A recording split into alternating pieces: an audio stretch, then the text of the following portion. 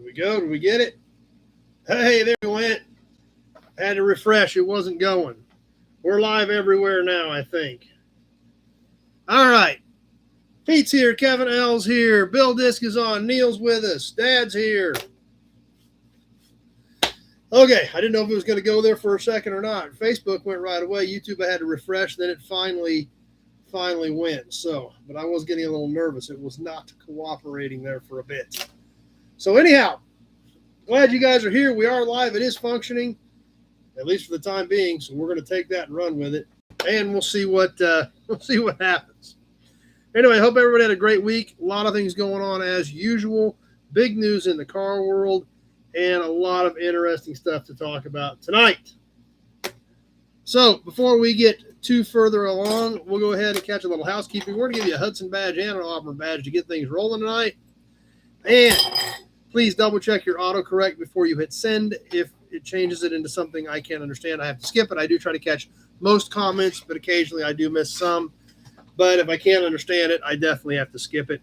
If you're on the Nobody Show Facebook page, please remember I cannot see those comments. This is a shared video from the Nobody Else's Auto page. You'll need to be on the Nobody Else's Auto Facebook page or the Nobody Show YouTube channel to participate in the chat, participate in the auctions, etc., etc. Occasionally we do get trolls. You guys do a great job making sure they know they are not welcome. I ignore them since they're trying to mess up our chat. Ads, we do have to deal with ads on YouTube. It is their game, and they're going to do it, so we just got to work around it. And as always, the Supercharged Super Chat badge is warmed up and ready to rock and roll for any supercharged Super Chats that may pop up throughout the evening. Hey, there's Greg, John Anderson with us. Glad you guys all made it tonight. Obviously, if you were on this morning, we did jump on for about an hour, did a short yard walk. Hey, there's Cream City Pete. And didn't have a big crowd on this morning, had a small crowd, but this time of the year, for as fast as it gets hot, you got to kind of take them when you can get them. So we jumped on for a bit this morning and did a live yard walk. If you missed it, you can always go back and check that out later on. Did a lot of work at the yard this week. I showed some videos to you guys of the trees, and I took more trees out this week. So, hey, there's Michael. So, lots of trees coming down. We're going to be bringing you some of that. Hey, there's Hubcap. So that stuff's going to be coming up as well. Something else to be thinking about. I know some of you guys have tried to come out. We've touched on it a little bit. Hey, Ron's here with us. F&E Collector Auto Auctions. Chris Froster and I do that event every year, October 24th this year. A couple months out. Now is when we really got to start paying attention and start making things happen. If you guys were going to try to make it out to F&E this year, it will be October 24th, and we're going to start working on that stuff here very shortly. So you will be seeing more content coming on those pages. If you're not on those pages, whether it's on YouTube or Facebook, make sure you get on the F&E Collector Auto pages for the upcoming auction, since it's 2 months out, which is when it really starts happening, but 2 months is right around the corner. So, and if you want to come and you're not sure and you haven't been before, if you got questions, you can always give me a shout. And I know a few of you guys have mentioned you're going to try to make it this year.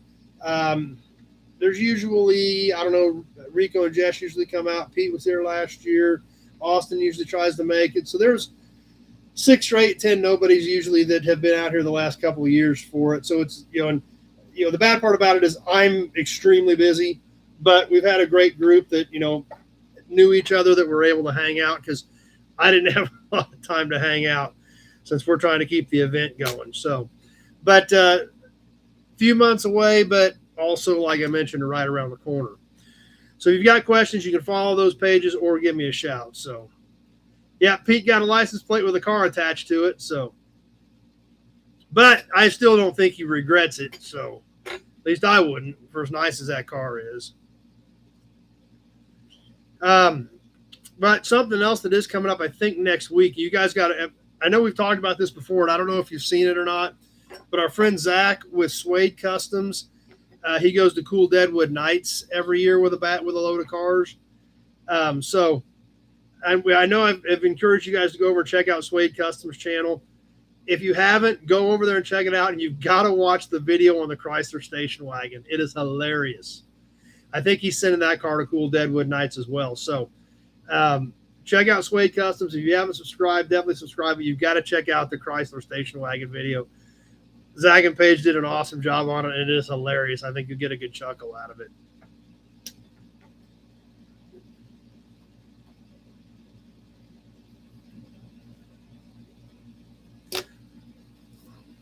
Been working on some stuff out at Dad's. The square body GMC 1-ton wrecker is coming along. Got all the tires done. I had the wheels powder coated. Got new tires on it this week. Jay's been working on it. So you guys that were here for the gathering saw it sitting at Dad's house. It is starting to come together, and excited to do some content on that truck. Jay's got all the lights working. Got a light bar for it. It's coming along pretty nicely. I'm pretty excited about it. So you guys stay tuned. That GMC 78 GMC 1-ton with a Holmes wrecker bed is going to be out and being used here, hopefully in the near future. I think you guys are going to get a kick out of that too.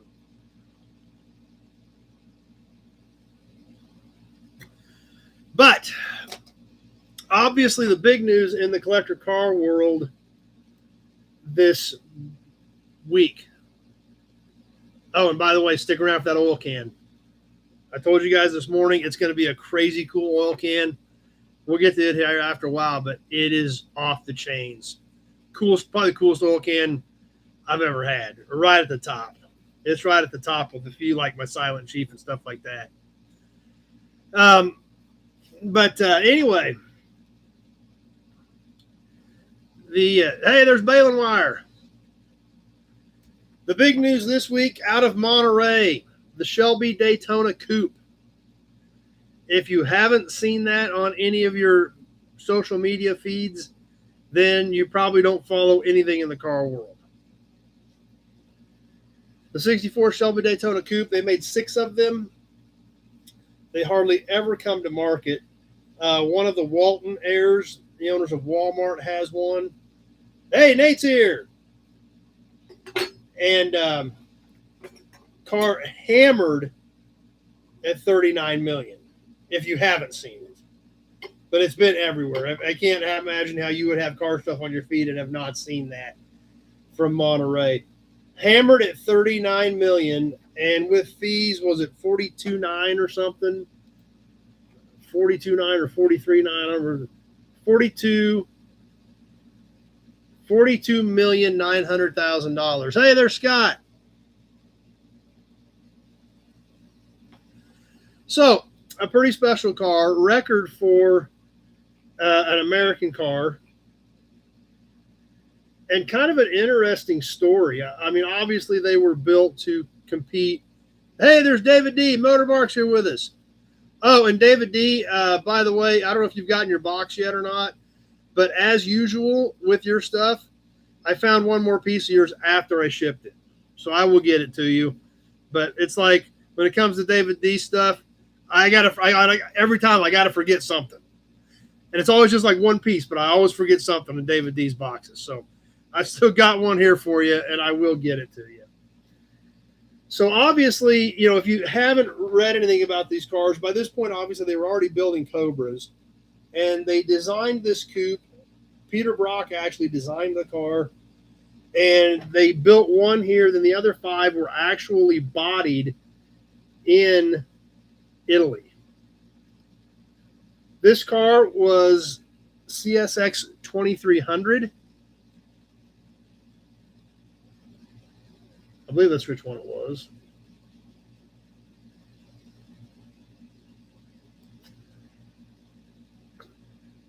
So this was car CSX 2300.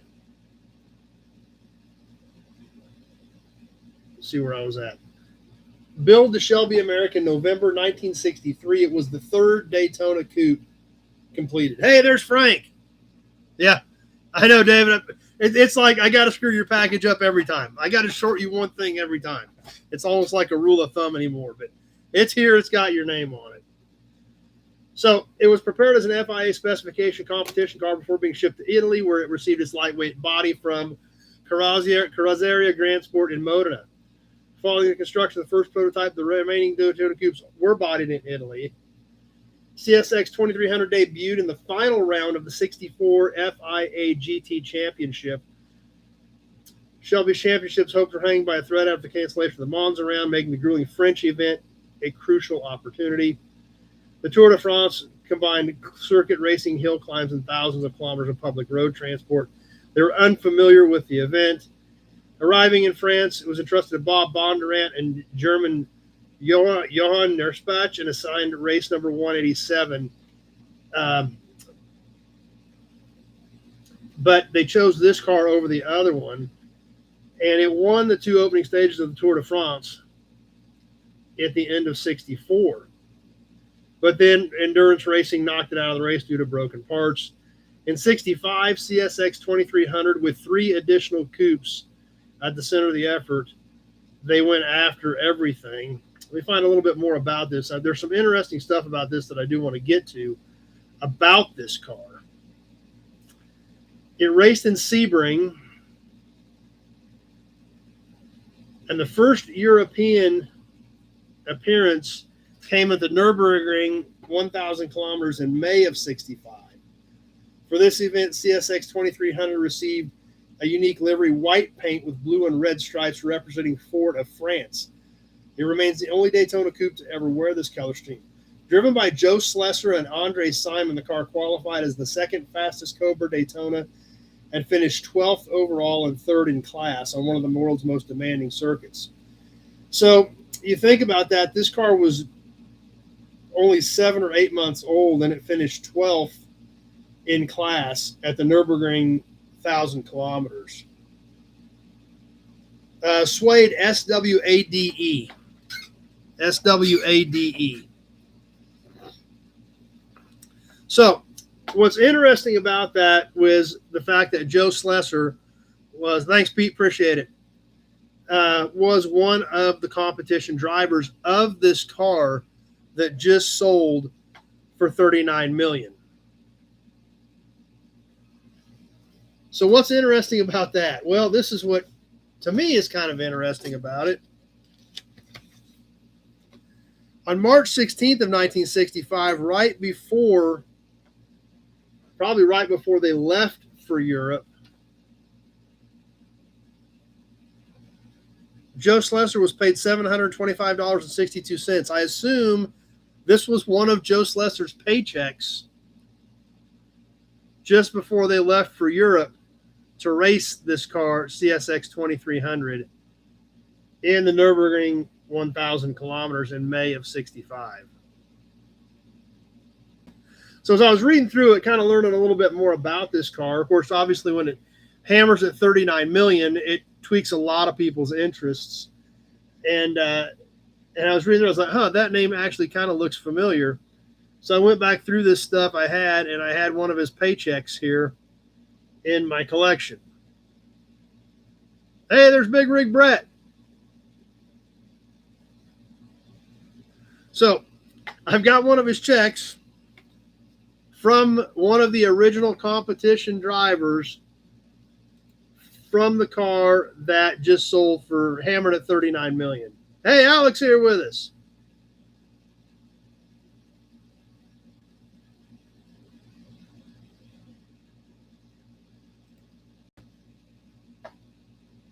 So that was kind of the little interesting piece I wanted to slide in there. Obviously, hey, there's Leo. The car kind of, that deal kind of set the world on its ear, bringing that kind of money. I mean, everybody expected it to bring stupid money because there were only 6 built. It's one of the most desirable cars Shelby ever created. And so everybody, I think, had pretty high expectations. But 40 plus million with buyer premium was a lot. Hey, Scott, glad you're over here on YouTube tonight.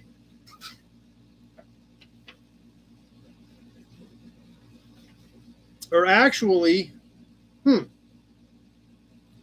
I wonder, this actually says Swiss Bank Corp on the back. I wonder if this actually,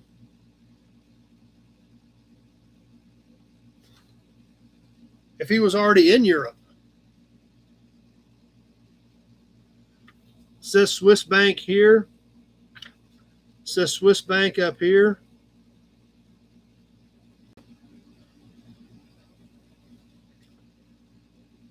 Because March 16th, and let's see, when was that? Just said in May of 65. So maybe he was already in Europe at that point. Who knows at this point, but there again, kind of an interesting piece of history from one of the drivers of that competition, Daytona Coupe.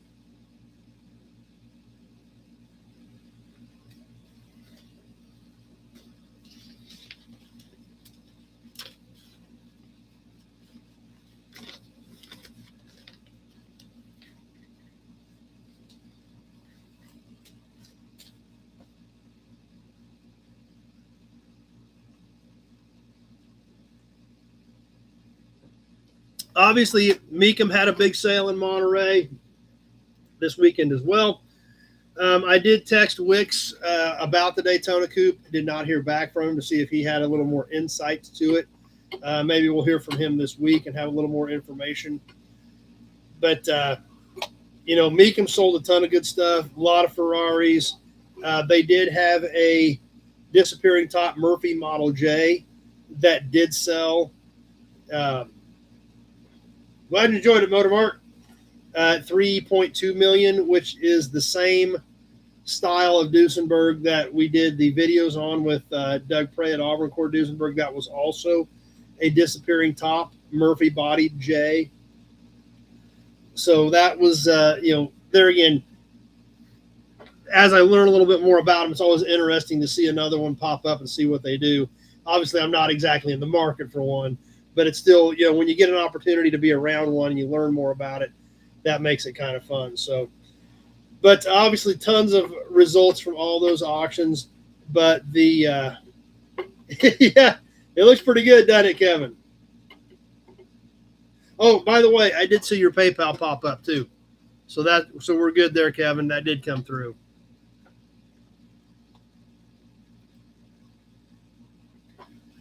So anyhow, the Daytona Coupe situation, obviously, that is rarefied air. I mean, that's Ferrari GTO money, but that is also the caliber of car that those cars, actually, they were built to compete with. And so, hey, there's Jim. So it's, I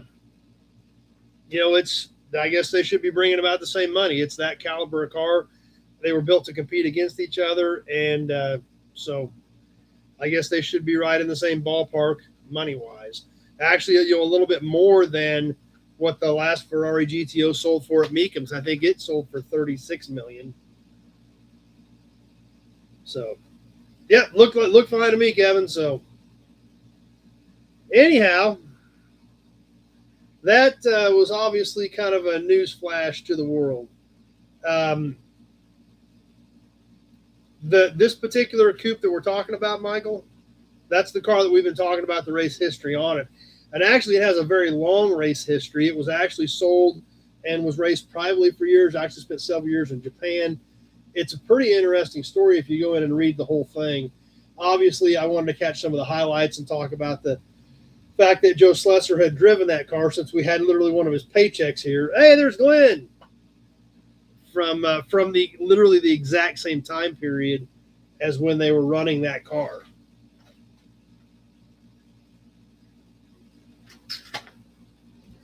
So maybe we'll hear some more from Wicks by next week and have a little more insight on maybe the Daytona Coupe, or in a little more insight on how things went in general at Monterey this year. We must be having some audio issues on Facebook. Let me see.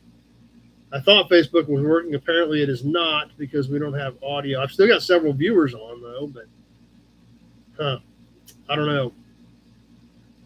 There's one setting I have to change for the mics on here, and I did change it unless it didn't click on it when I did it. So,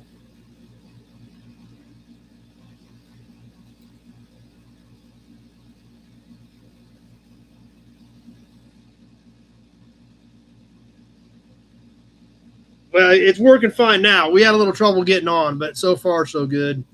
So anyway, if this isn't going to work on Facebook, we may just end up killing it, and we'll leave it up for a minute. Maybe there's a snag in there. But before we do anything with Facebook, let's check out the No Buddies page and see what you guys have going on, in case we do have to blow out of it.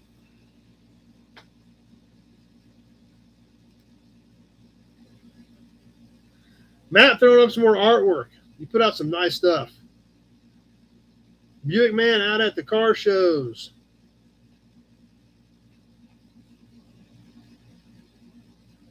Shopcat tractor videos. The Woodward Dream Cruise coming up. Wow. I went to that one time. Hey, Wake Up's here.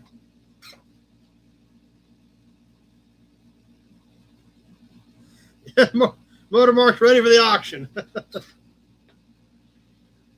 We'll get to it. We got a lot of stuff in here. We'll see how the night goes. But I always want to check out what you guys have going on as well. Woodward Dream Cruise. I went in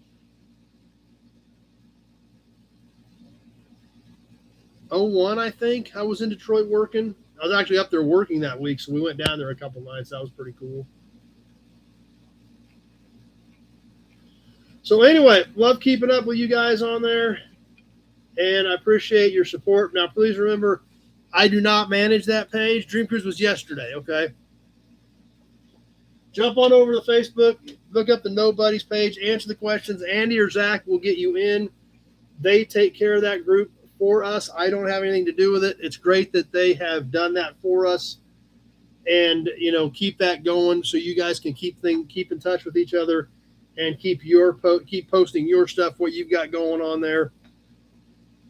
135 members on there right now, which is crazy, but it's awesome that you guys are having a good time and have a place to post your stuff.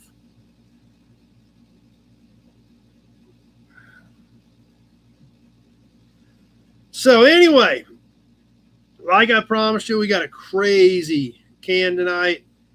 Talk about the raffle, World War II piece, badge, cap, all kinds of cool stuff. Did you guys catch, by the way, before we get into any of that, did you guys catch the Iowa Gas video? Got it up the other night. Just hanging out at Iowa Gas, showing you the sights, the sounds, shopping in hotel rooms. Literally just rooms are there with the doors open. You go in and walk around just like you would at a swap meet. Kevin L. caught it. Wake Up. Good. Glad some of you guys caught that. It was definitely different, to say the least. Never been. We've always talked about going. Finally made it this year. And so I'm glad you guys got the chance to see the video. I will be getting a video up of what came back with us. I was going to get that shot this week and didn't, but I will try to get it up. And it'll probably go up as a members video yet this week. So we did bring some cool stuff home. I think you guys are going to get a kick out of some of it. But I'm glad that some of you had a chance to catch it and check it out a little bit. Kevin L's ready to go. It's a different deal. Like we talked about last week, a lot of the guys that were there said Robbie Show's kind of, overtaking it, that Rust Belt is growing faster and could be. I don't know. It looked like it, but I'd never been to either one. So if Robbie Show does overtake it, I'm glad we did get to Iowa Gas, because Addie's wanted to go for years, and we finally made it work this year. So after 10, 12 years of saying we need to go to Iowa Gas, we finally did make it. So hopefully it continues. Hopefully both shows. And if you buy a sign off a hotel bed, you better bring a black light. Yeah. But like I said, it was cool. It was different, but it was cool, and I'm glad we went. We actually got a room at the hotel, which wasn't cheap, but we were just there one night. We were literally there for basically 24 hours. We got there. It technically starts on Monday, but everybody's moving in and setting up on Sunday. The way our schedule was going to work, Monday was about the only day we were going to have, so we headed up on Sunday. Got there about 1 o'clock, just after 1 on Sunday. Hey there, Steve.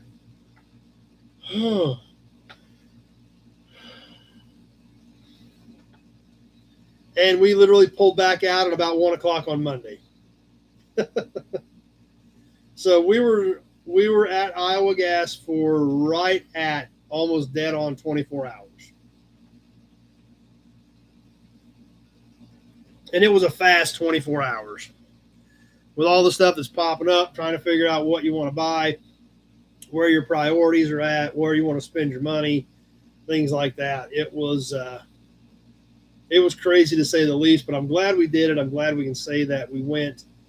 And like I said, we'll be bringing you the video of what did come home. We did get several great cans and about a half dozen signs. Nothing big. I got 142, but that was the biggest sign we got. A couple pump plates and a couple other signs. So anyway, it was definitely a success. And we have this crazy oil can that we're going to share with you in just a second from there. So we've got a cool badge tonight, cool grease cap, sales brochure, red line, the can. Story time, we're going to look through the card file. Raffle, let's talk about the raffle real quick. Since we're just kicking this one off, we didn't get into, and actually we need to talk about it a little bit yet. Newell stock 1950 Ford grill bullet. These pieces do not come together, but they are both new. I put them together so it's a unit. It will come in the original box for the ring. The bullet was a separate piece, but it will come with the original box for the ring. And who is in at this point? Tim B, David D, Sean, and Sean, because he had some overpayment from last month that he rolled in. He bought some more this week to roll in. Plus, he got 10 freebies in last month's drawing. And Big Job. And I did see yours coming out right before we got on, so I did know that you're in. But that's who's in as of right now. We did not talk about when we're going to give this thing away, though. Because we're kind of backed up a bit because we were at Iowa Gas. Literally on the 2nd, we did Iowa Gas did Sunday night from Iowa Gas, which meant we would have given it away Sunday night, so we gave it away the 9th. Let's look at calendar schedule here.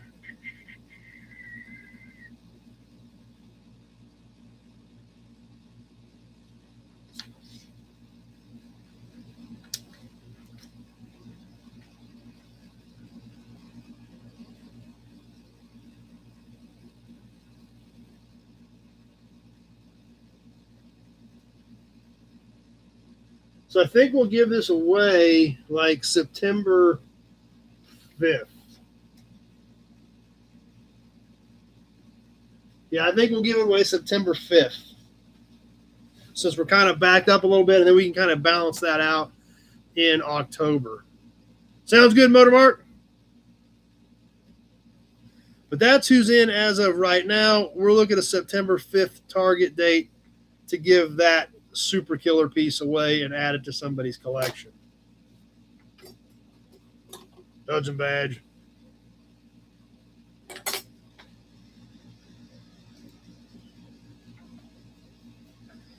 All right. What do you guys want next? Badge, brochure, cap, red line, can, story time, World War II. September 5th is a Saturday.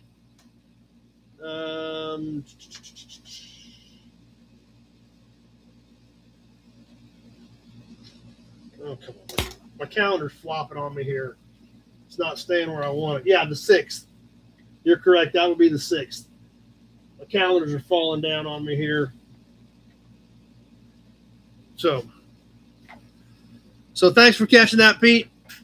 I thought I was on August, but July fell down, so I was looking at July and I got off a month. Yep, you're right. Everybody's ready for the can. Everybody's ready for the can. Okay?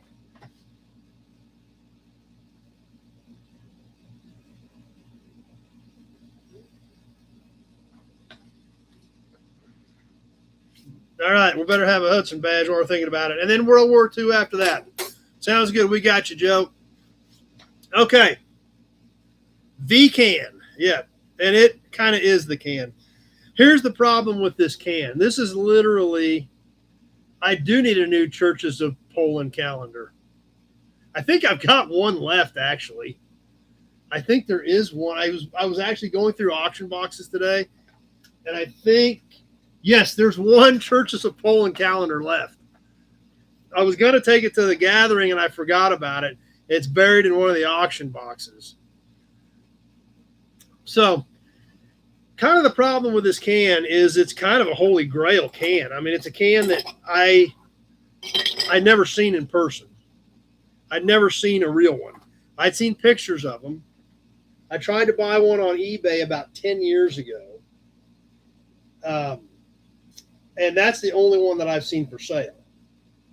I did find a couple of auction results. Hey, Sanderson's here with us. That have sold. Meekum did sell one in 2023. So, but as far as seeing one somewhere on the market, and I believe it or not, every year since I saw that one on eBay, about half dozen times a year, I will punch it up on eBay just on the long shot that another one may pop up. I've never seen one. How are you going to get it on the screen? Oh, it's not that big. It's definitely bigger than you would expect, but it's not that huge. So I've kind of been watching for one of these, and we're at Iowa Gas, and I literally walk up on one. And Addie and I were both like freaking out, just to see it in person. Addie's like, I'm going to touch it just to say I touched one. So it's a pretty special can. It's kind of over the top, and they're pretty valuable. You don't see them very often. This one's mid-range on condition, but according to the Meekum description, because the one they sold, it had been cleaned, and this one I think could be cleaned, but is comparable on condition-wise. Now, and this is Meekum's road art, so which they sell tons of road art.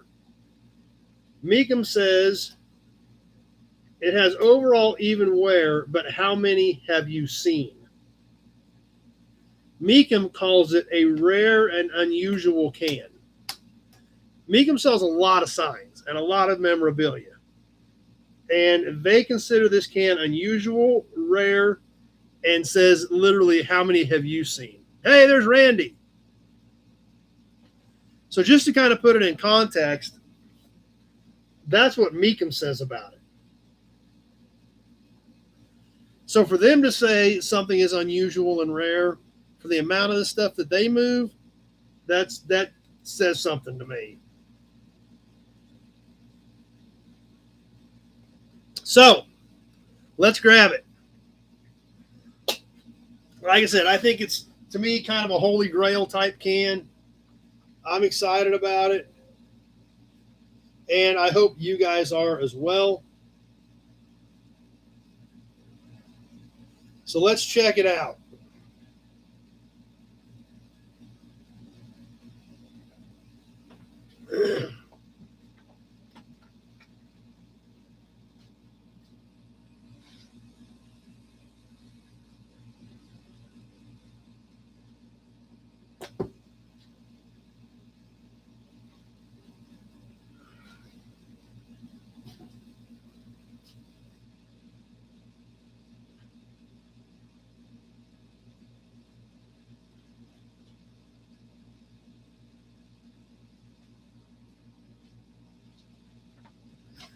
Yeah, drum roll. Okay, guys. I hope you're as excited about it as we were.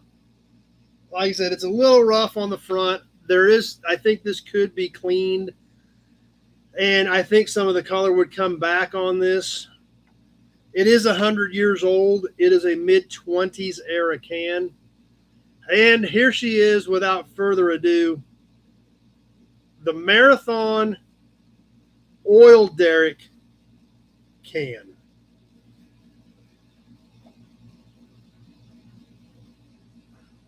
Now, this can, This is like shaped like an old wooden oil derrick.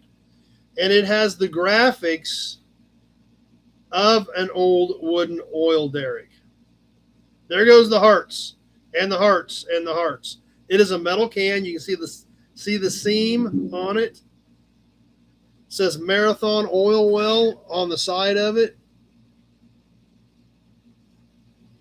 It's definitely different. Now, obviously, we do have some paint loss right up here. But we do have the Marathon motor oil, the Running Man. It's pretty cool. Waycamp's digging it. Cream City Pete's digging it. Yeah, it is definitely different. You can actually kind of see some of the draw works in there. Now, if you look at the one that Meekum had list sold in 2023, it has better color to it, and I think a lot of this could be brought out with, some time and somebody who was very careful and really knew what they were doing. I don't know if I'm brave enough to try it, but it is pretty wild.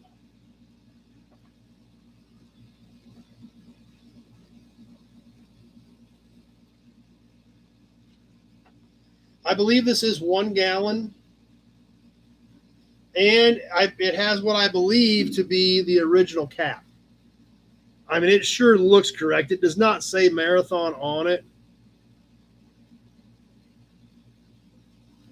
But, I mean, it fits perfectly. The ultimate Gearhead piece. It's pretty nice. I don't know if it poured easier or not.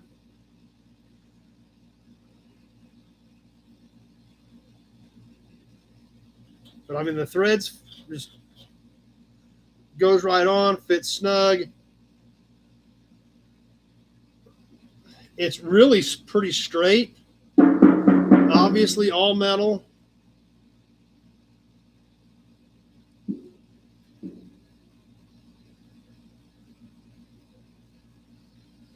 And like I said, it's a pretty decent sized can.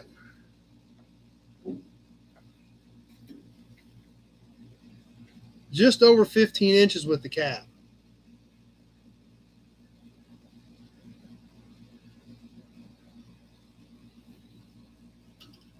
And as far as the square on the bottom, it is 6.5.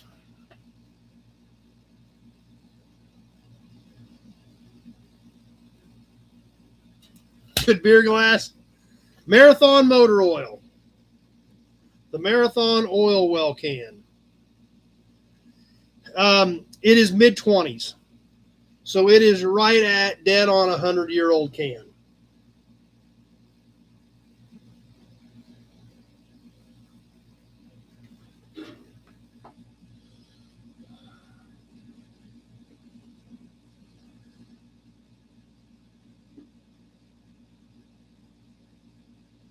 No, the book is just quartz. You're right. Just making this would be a bit of a job.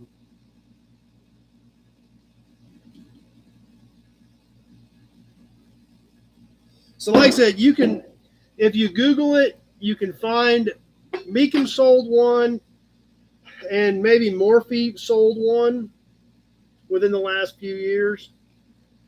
Meekum sold one in 23 at Walworth, at the world's largest road art auction.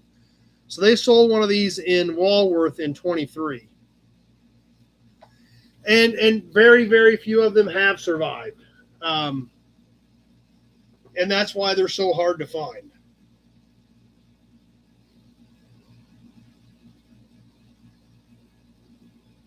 And like I said, when Meekum calls it rare and unusual and asks how many have you seen, they see this stuff all day, every day, and they considered it rare and unusual.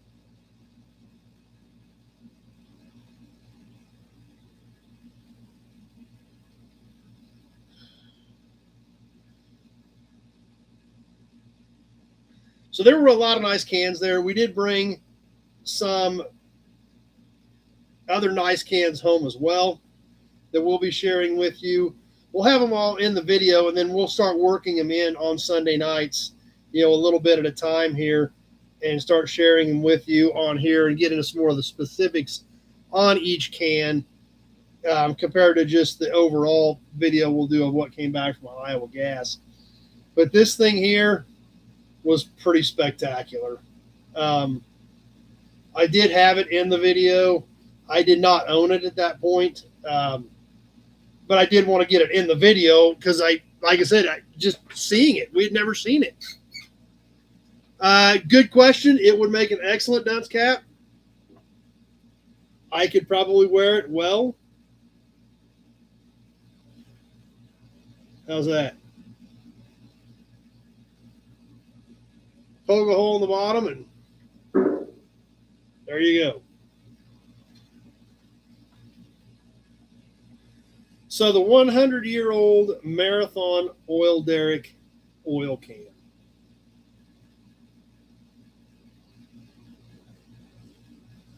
Now, there were a lot of cans there. Like we talked about last week, I saw a handful of cans that were 5 digits.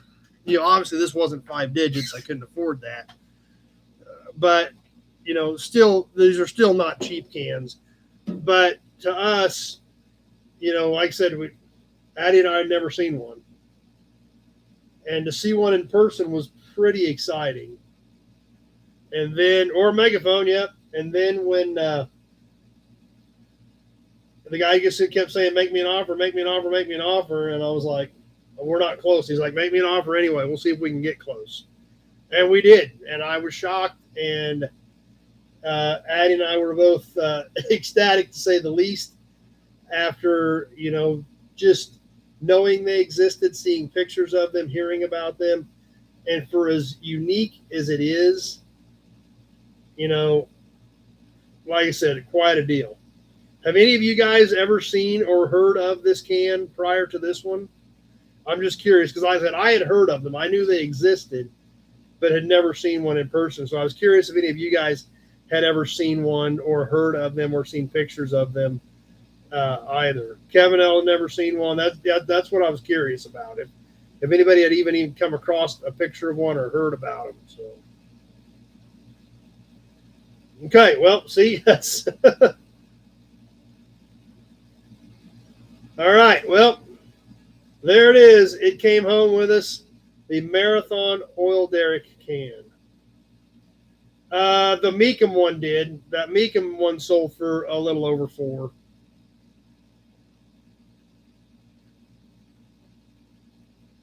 So I didn't give that for this one, but yeah, that Meekum one hammered for, well, with buyer's premium was over $4.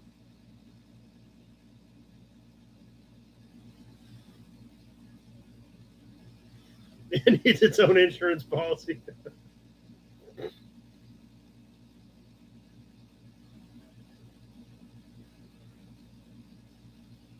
So anyway, guys, I hope you guys weren't disappointed. I told you it was going to be pretty spectacular. I hope I didn't disappoint any of you with this. And I hope you guys think it's as cool as we thought it was. So like I said, sometimes I hype stuff up a little too much, and then you guys may not be as excited about it as I am. But this thing here, like I said, just an amazing piece. 100 years old, still in this condition, with some of its original lithograph work on it, on the Marathon Oil Derrick can. Thanks, Mark. Appreciate it. Obviously, we were excited about it. And that's what we had for the oil can for tonight. I hope it did not disappoint.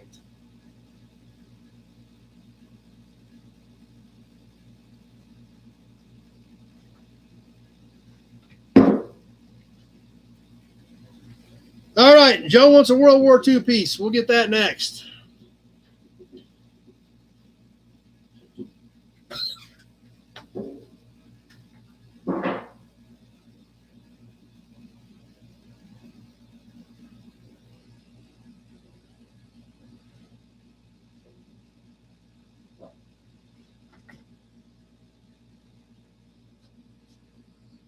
I think it might, Michael. I think there's a possibility that, there's a lot left on this thing. So I think it could, clean up, at least comparable to the can that Meekum sold.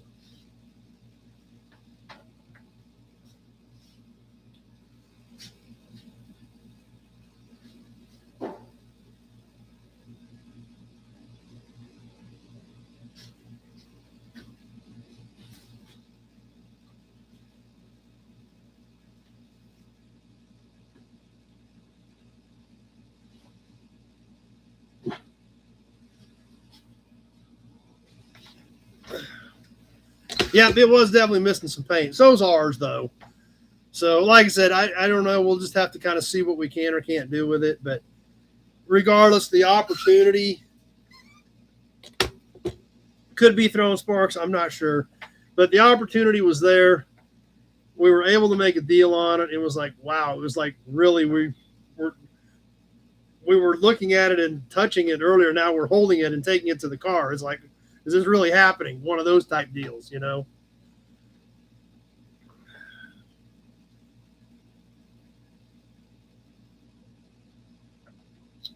So anyway, let's go back to one of our World War II cases. I actually brought some more of these down too. And we'll check out another little interesting piece out of here. We're doing some smalls right now just because it's convenient on this World War II stuff. We've got a lot more stuff we can get to. But this is a really cool piece, and it is local. Hey, there's Bodine. This is actually a Great Bend Army Air Base ID card for a lady that worked here, Margaret Franklin. So I don't really know what she did. It doesn't really say much. Issued January 12th of 1944. Oh, she was a wife. Okay. Soldier's wife. Issued January 12th of 1944. And this is original Army Airfield ID badge. Hey, there's Kevin.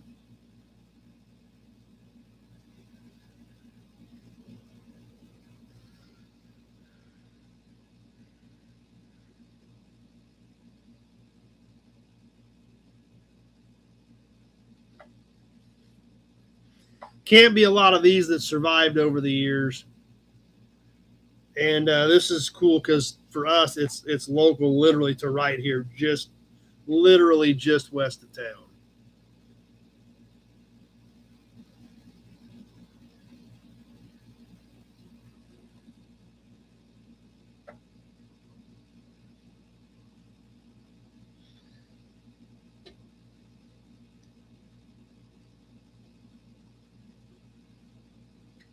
While we're in here, let's look at a couple of other things.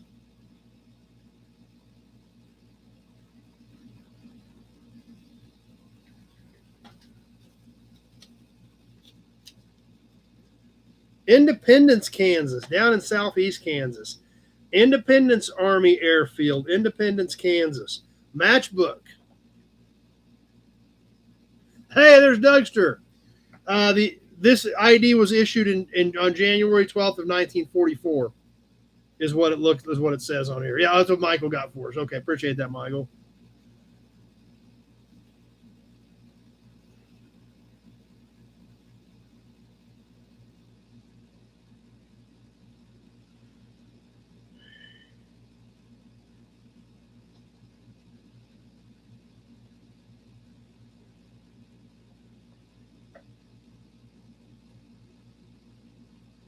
And like last week, we had our crew button from the Walker Army Airfield B-29 crew badge we checked out last week. We also have a Walker Army Airfield matchbook from there as well. That's right, when everybody smoked. These, on this one, they appear to be trainers like Texans. Either an AT-6 Texan or an SNJ if they're Navy. This one has what appears to be a B-17 on it.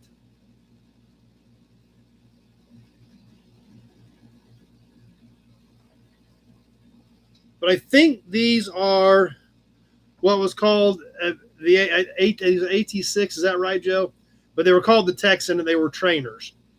Or they were SNJ if they were naval. But it was basically the same plane. Hey, there's Kenny Peterson.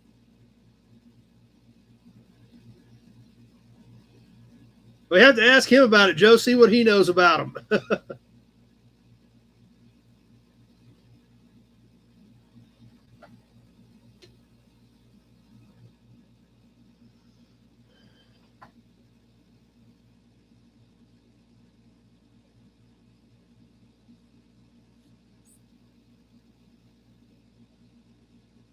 Yes, they did actually. In fact, there were several F4F Wildcats in Lake Michigan. I don't know if you guys are familiar with the F4F Wildcat recovery out of the Great Lakes. I don't know if any of you guys knew about any of that or have followed any of that from years ago. But a lot of that stuff went into Lake Michigan as training exercises that went awry, and a lot of planes ended up in Lake Michigan. But I know there were several F4, they were their F4F Wildcats that were recovered. One was restored to flying condition that came off the bottom of one of the Great Lakes. So don't know if anybody's familiar with that. I know a little bit about that because a buddy of mine actually used to own that F4F, the flyable one. He actually owned that plane for a while.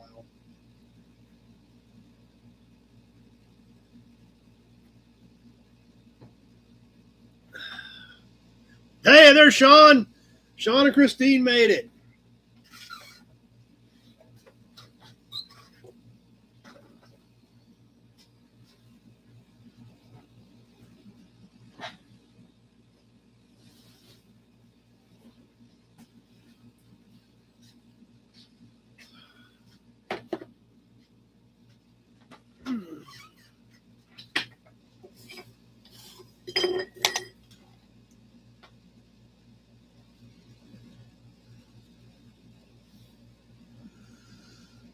Oh.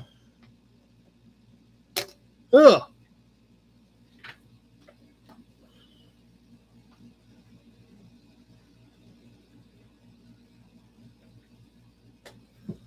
Tonight's badge is pretty cool. We're going to give you a Hudson badge before we get started on the badge, but I think you guys are going to dig tonight's badge.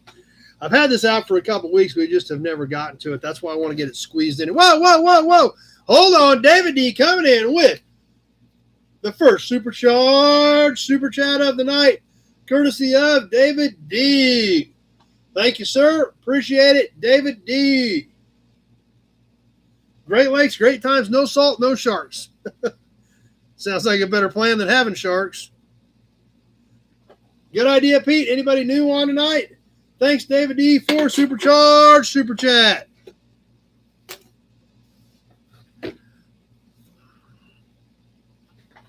All right. Tonight's badge is super cool. I got this at a swap meet a while back. I probably should sell it, but it's so cool. I don't really want to sell it, you know, one of those type of things. Of course, I bought that at the same swap meet and was going to do this with it, never did. Then I told you guys I was going to raffle it. Then I hang it up and I was like, man, that's pretty cool. But I already told you guys I'm going to raffle it. So here we are. But anyway, this is cool. I've got several Edsels, Tom. I've got, I think, 858s, 259s. I do not have any 60s. I've got a mixture of big car and small car on my 58s. So the sturgeon can make a snack out of you. Okay. So, yeah, if you've got a list of stuff you need, just holler at me, and we'll check it out and see what we got. Phil was actually through a couple weeks ago. Phil Skinner, the Edsel guru, actually stopped by a few weeks ago. Speaking of Edsels, it was good to see Phil again. It had been a few months since he'd been through. But, yeah, we do still have several Edsels. And tonight's badge is not Edsel, but it actually has Edsel on the box because it's that era. Yes, it's new old stock. It is super cool. I dig it. Obviously a Ford Motor Company product. We see Ford, Thunderbird, Mercury, Lincoln, Continental, and Edsel all listed on the front of the box.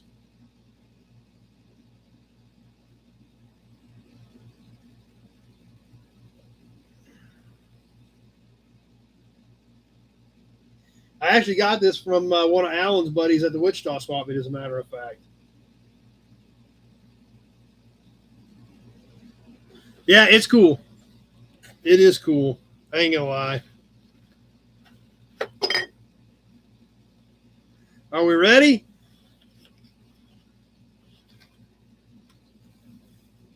Check that out. Make sure it's in screen. Tailgate nameplate Country Squire. This thing's a beauty. And it's station wagon, which makes it twice as cool. It is brand new and it is awesome. Yeah, the box ain't half bad.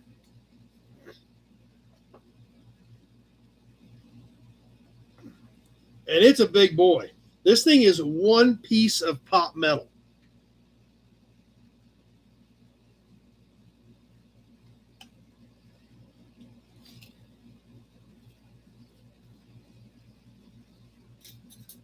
Doug's friend's a diver. He used to help recover vehicles that fell through the ice in the winter. Wow.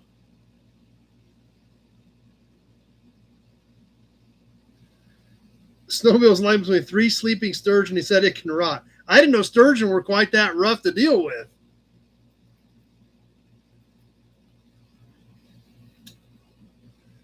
"22.5 inches.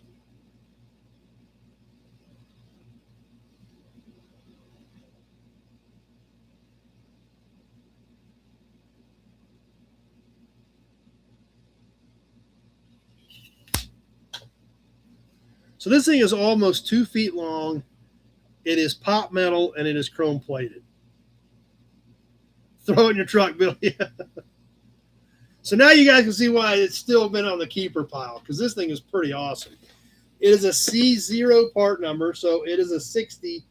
Was the first year they used it. I think they used this for a couple of years, but the first year they used it, obviously, according to the part number, was 1960, since it was a C0. But it gives you guys an idea of why it's still here. Cooler than a 3-speed fan.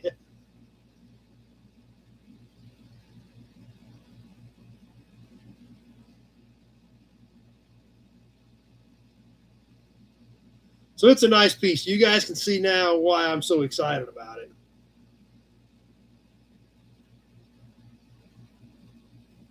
But I've been wanting to squeeze this in for the last couple of weeks, so I'm glad we got it in tonight. I'm going to put her back in its original box.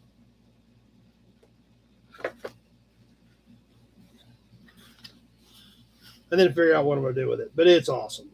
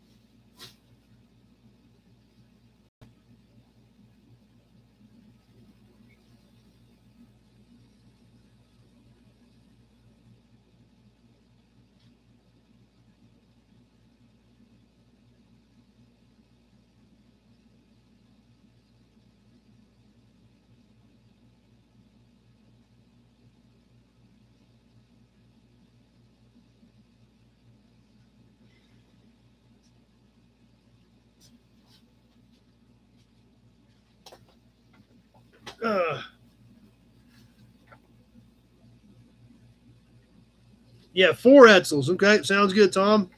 Yeah, Phil comes through 2 or 3 times a year. Talk to Phil pretty regularly. SBDs, yeah, F4F, F4U.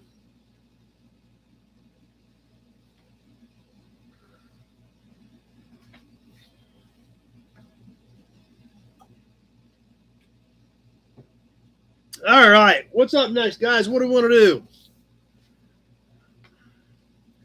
Brochure, cap, red line, auction, story time.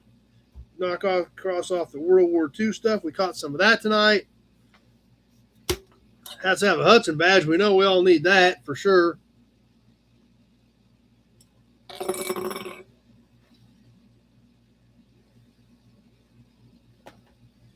Auction. Well, it doesn't look like Facebook is working at all, so looks like it's just going to be you guys tonight. We'll squeeze a few pieces in. We'll see how things go. Since we don't have Facebook, we'll see what those guys just may miss a few things tonight. We'll see how it goes. We'll go ahead and do a few things, though. and squeeze a few bits and pieces in, since obviously the auction seems to be a pretty exciting topic as of right now. So.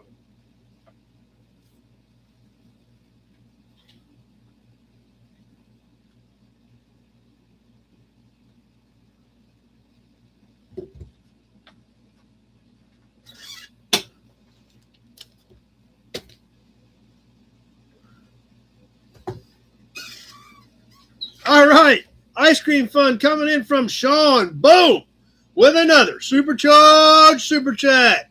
Thanks, Sean, for hitting us up with another supercharged super chat tonight.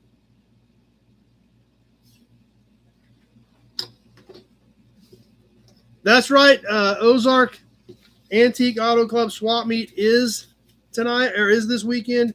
I am not planning on going. So, yes, the Norseman is still on the bottom of the ocean as well.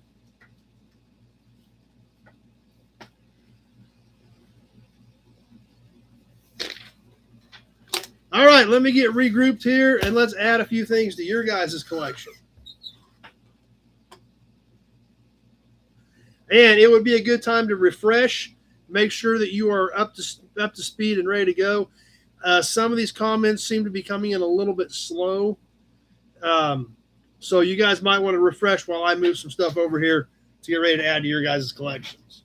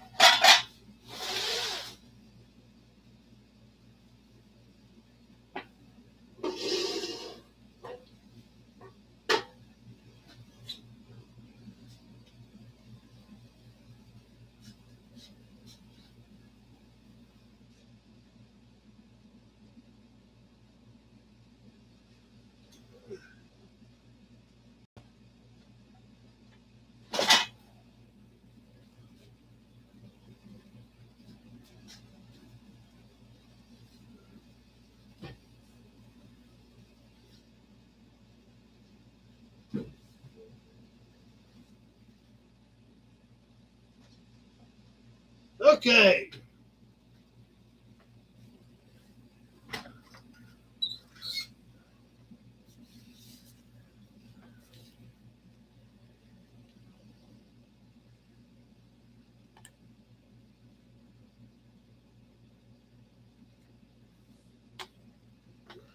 All right, looks like we're all signed in, ready to go. Everybody's refreshed, current, ready to boogie, ready to rock and roll. As always, we'll hold up a piece. We'll talk about that piece. We'll talk about that car maybe a little bit.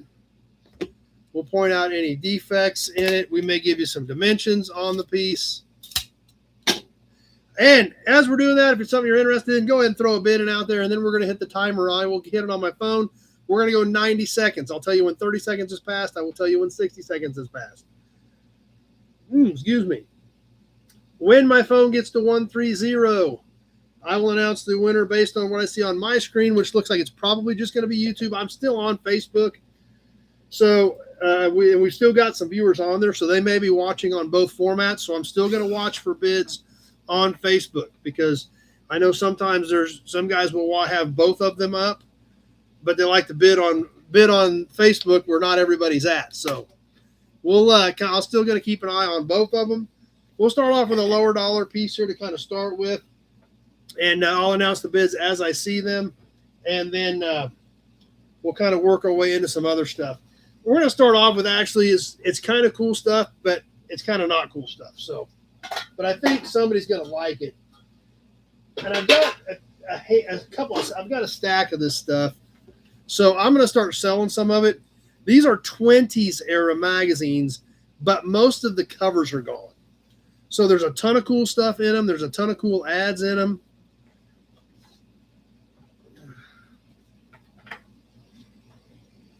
But they're not intact. So, I mean, they might be good to cut old ads out of. Like this one, for instance, March 24th, 1921 Motor Age. Just no cover. But there are tons of cool articles, tons of cool ads in them.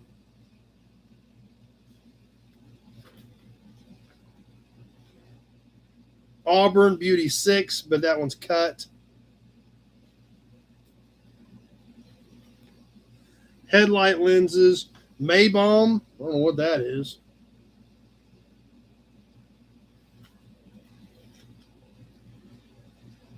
Wisconsin engines.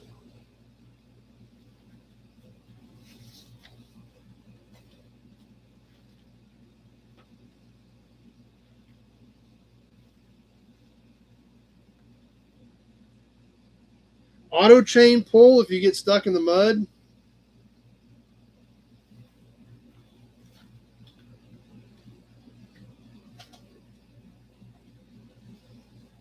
Weaver Auto Ambulance. So I've got a handful of these. March of 28.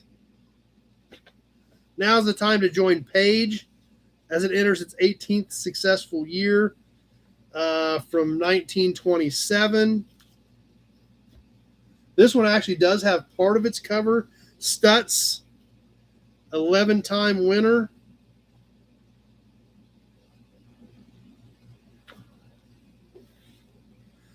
September of 28.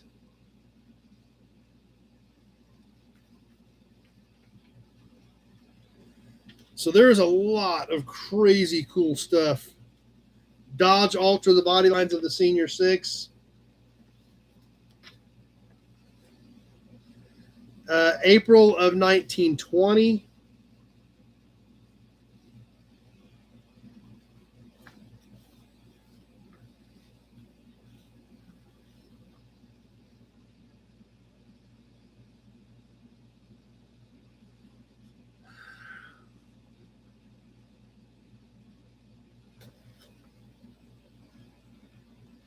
So even though these are rough, there's still a lot of cool stuff in them.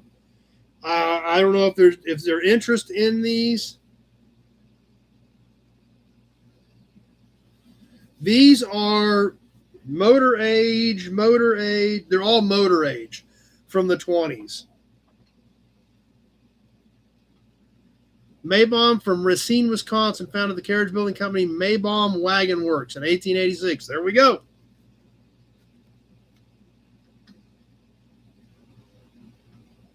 Scott got it for us. So, like I said, there is a ton of neat stuff in here. They're just rough. That's why I'm going to sell them by the handful if anybody's interested. So, what do you guys think?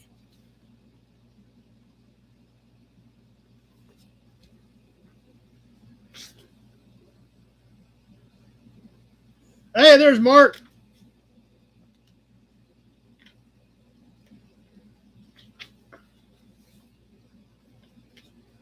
So the only one that has a cover is February of 27, and it has partial cover. Pete's starting us at 10. And like I said, it's the whole handful. And I've got a stack of these. I'm going to kind of sort through them. Since they're rough, there's, basically, 4 or 5 of them in here. You're getting the whole pile, one-shot deal. And like I said, no covers, but just a ton of cool stuff in them. And let's get going. Pete started us off at 10 on the handful.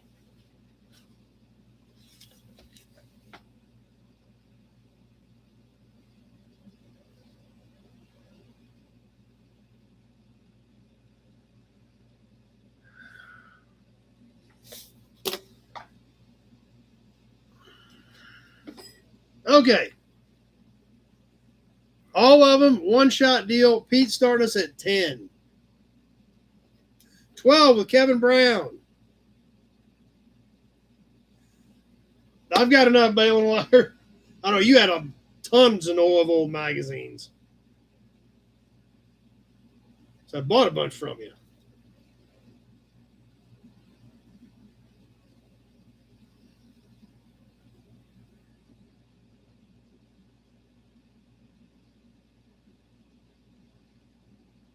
One minute gone, 30 seconds left.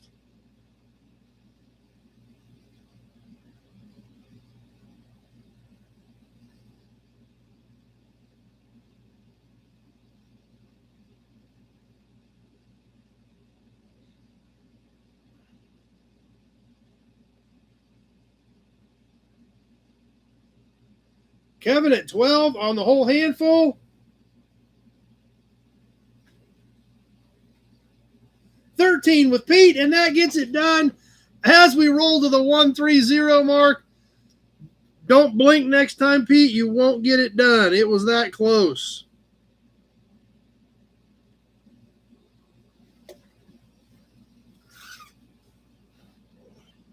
Like I said, we've got some more miscellaneous ones of those to go, but I thought it was an interesting, there's just some super cool stuff in those. Okay, what do we want to do next?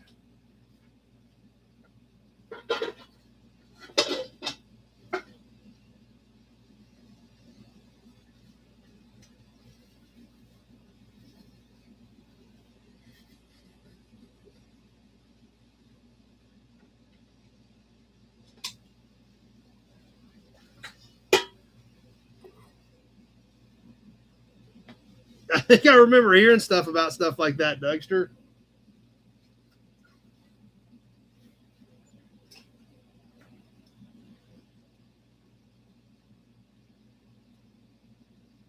All right, we'll do another little small piece to kind of keep things moving here. But then we'll move into some cans and some other stuff. But let's get things rolling with a toy. We all love Tootsies. And this is a duplicate. We looked at the box of aeroplanes last week. So let's sell a Tootsie aeroplane this week. Coming right at you. This is a small, I think it's a Bonanza with a V-tail. It is a Tootsie. It does say Tootsie Toy on the wing. So it is an original real deal Tootsie. Prop is intact. Tires are intact. And it is about 4 inches by 3.5 inches. So it is a smaller one.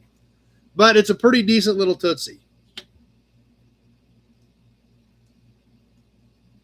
So let's go on the Tootsie Toy.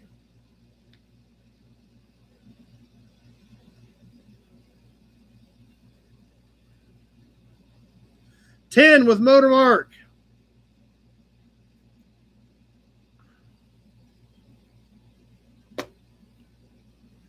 It's a cute little dude.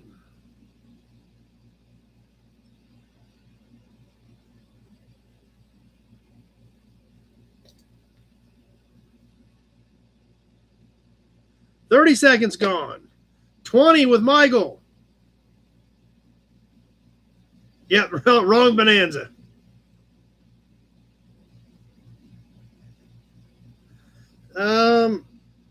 I think it is. Feels like it's metal.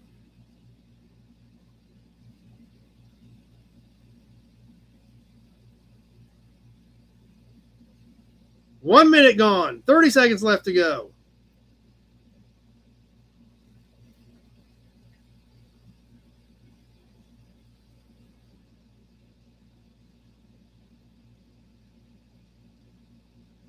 I think it's original.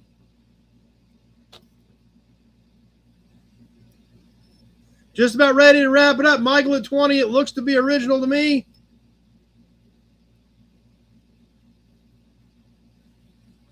And that does it. 20 with Michael.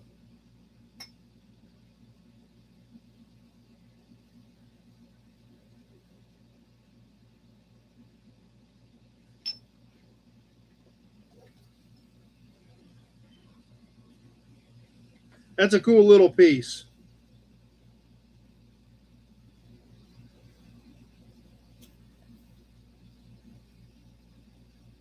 Will do, Michael. And I got a lot of the shipping caught up last week. I've got a few more that I need to get caught up, obviously, this week. But I'm doing pretty good on it. If you've got, and June, we're in good shape. Everything's cleaned up from June. If you've got stuff hanging from July, please get with me on that so we can get that stuff wrapped up here soon as well. So, anyway.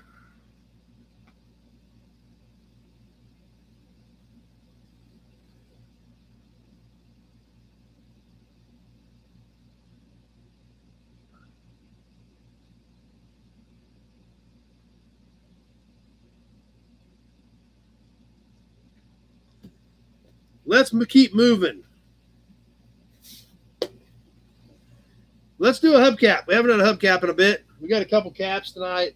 We're going to do something fun here in a little bit. I'm going to show you a box. Let's get this hubcap real quick. We need to squeeze some license plates in. We got more cans. We got a lot of fun stuff to do. All right, cap time. This is a 70s era Pontiac. It is an aluminum cap. This obviously would have been red with the arrowhead in it. Just your basic dog dish cap. Kind of crazy to think that, oh, it's mid-70s. Mid-70s is 50 years old. This is like 75 or 76, like I think like a Phoenix, like the Nova body Pontiac. And if you realize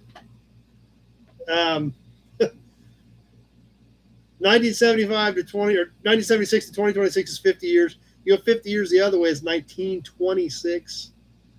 That's crazy.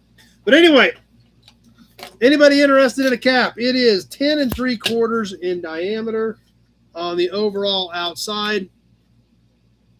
Stamped in the metal, just faded. I'm sure that should have been red. The ring may have been a separate color as well.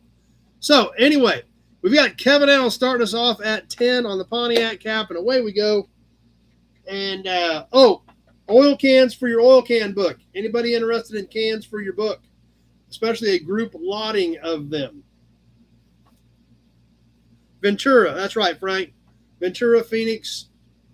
I think it was Ventura. Yeah, I think it was Ventura in 75, 76. I think they went to call it Phoenix when they switched body styles in 78. So, but you are right, Frank. That's what it was off of. 30 seconds gone. 60 seconds left to go.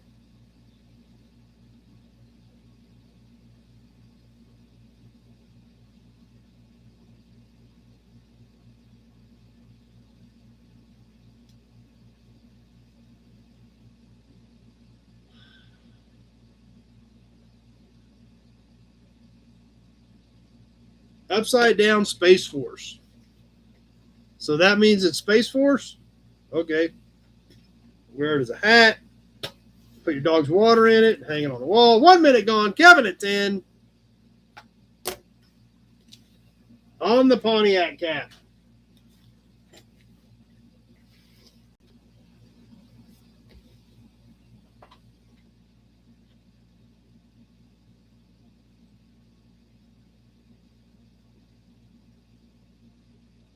$15 with Kevin, 20 with David D. And that does it. 20 with David D.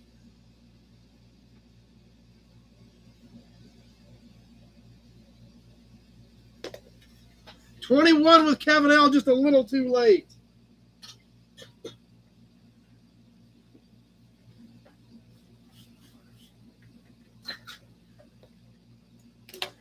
All right, let's. I'm gonna fall over here.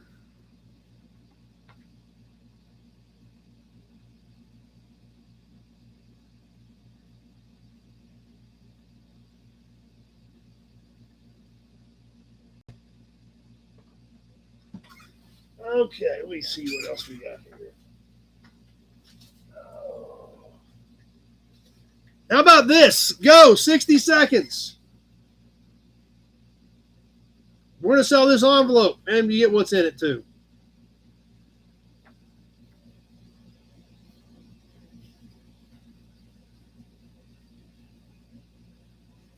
$30 with Michael Winter coming right out there. They're always in the 30 to 35 window.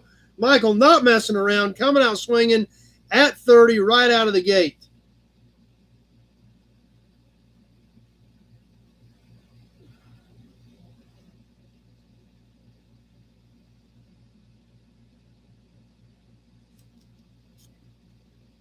Buy the envelope, get the contents for free. That is exactly right.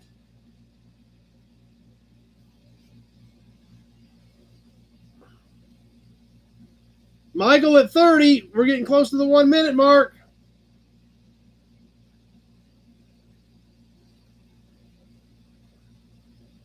And boom, done. Michael just goes out there swinging, takes it home.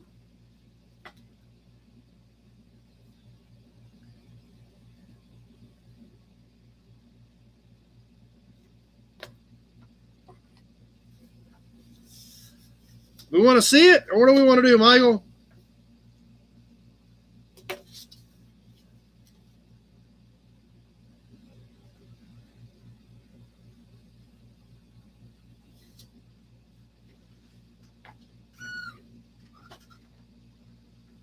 Open, open, open. Okay. This one has kind of a rough envelope. This corner of it's gone. But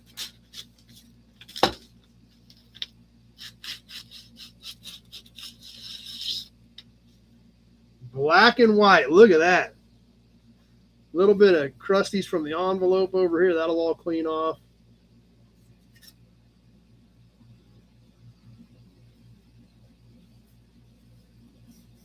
Wow. Nice piece. Let's put that back in here. Back where it's supposed to be.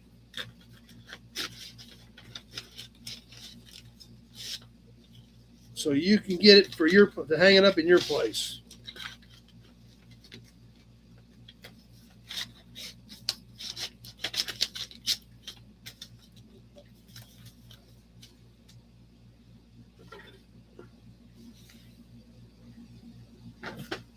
'71 Mississippi. Okay.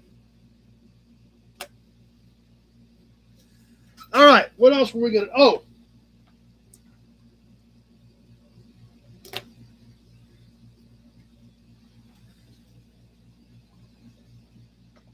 You guys want to do something crazy?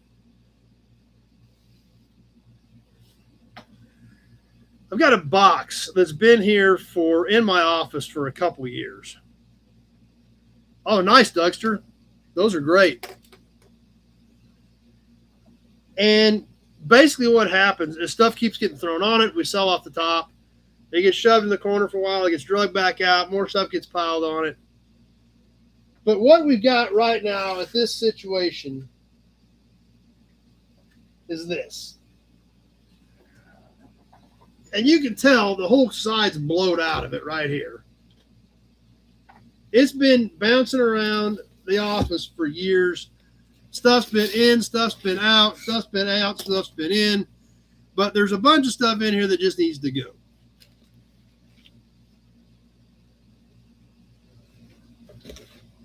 So this box,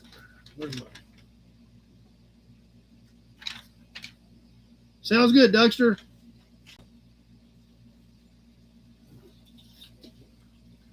It's about 16 inches by about 10 inches by about 10 inches. There are 7 cans in it and all this literature. These are Old Life magazine ads.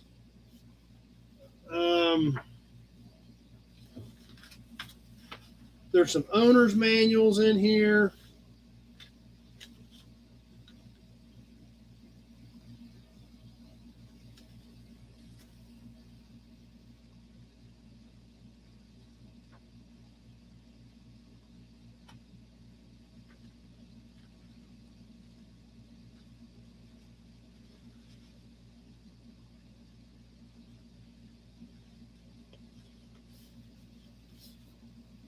There are 3 quart cans. They are all composites.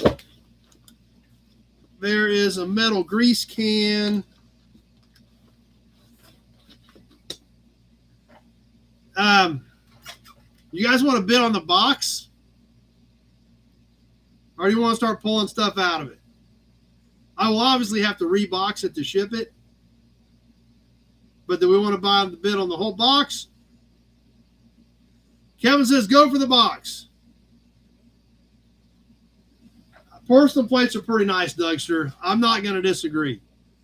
Okay, then let's rock and roll. Go. 35 with Kevin Brown. Now, these quartz are composites. There's some probably 70s, 80s era quartz. 40 with Briggs. So there's not like, it's not full of $50 oil cans. It's got some $10, $15, $20 cans in it. All this literature, you're getting this whole file of literature.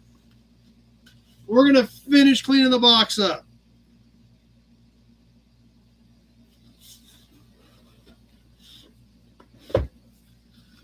$40 with Briggs. 30 seconds gone.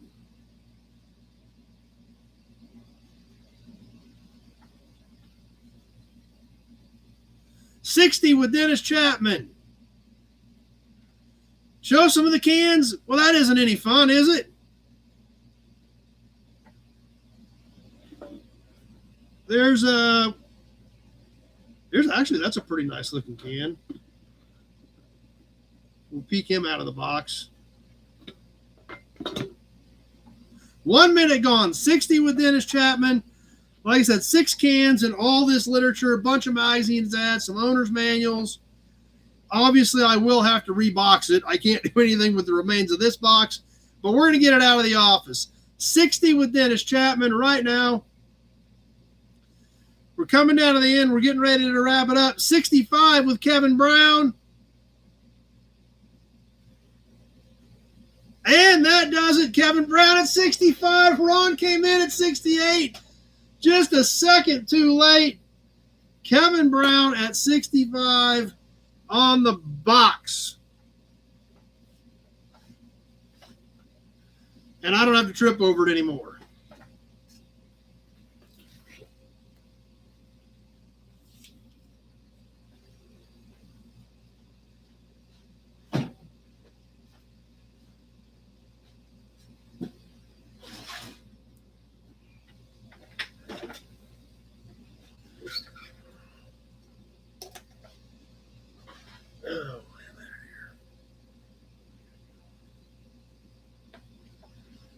Okay, now I got to rearrange here since I had the whole box up here. Box of stuff. Kevin Brown, 65. Okay.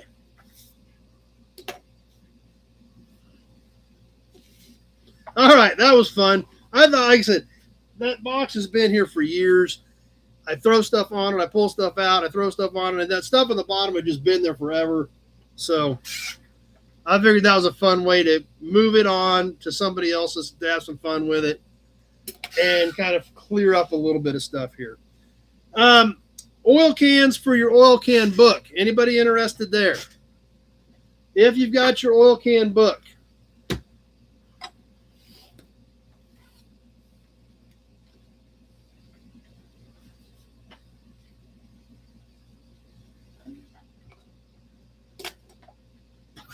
more ice cream money. That's right. Let's have a Hudson badge.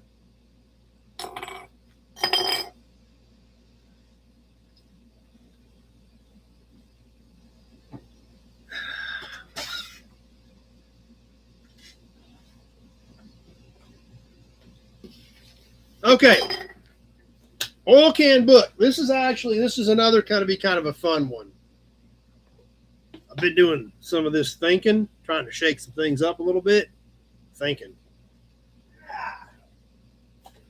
Who wants 3 cans out of the oil can book at one time? 3 check marks, 1 shot deal. That simple, right? Sound like a plan? That's what I thought. Thought it was a good plan. All right. Let's start off.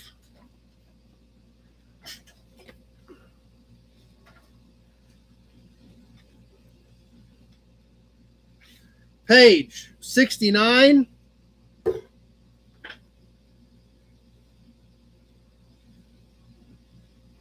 Thinking is overrated. I try it every once in a while, but it usually doesn't work out very good. Very true, Dougster. I actually should go out in the shop and get some extra fuses because I'm bound to blow one. All right, oil can book, page 69, 733 to 735. This is the 70s and 80s era Pennzoil composite. This one is actually with the net fluid ounce down here, 734. This is an 80s era composite. But there is no barcode on it, so it is early 80s. So there again, that makes this thing 45 years old.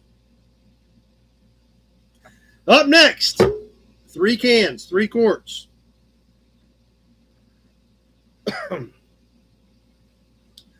Page 59, can 607, Mobile ATF. Oh no, this is for Ford. It's not 607. This one is actually for GM. 607 is Ford. So, but it's the same layout of can, just slightly different. And the third can out of the batch, remember, you're getting all 3.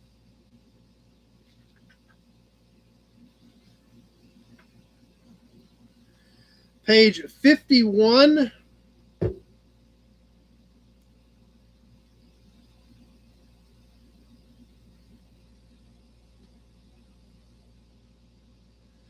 $486, $487, Kindle Court.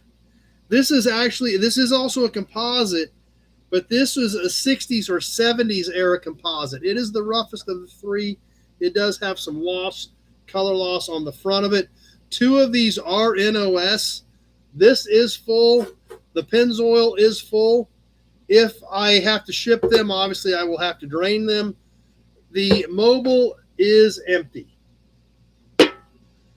So it's a 3 for all cans out of the book, with the exception of this one is just slightly different.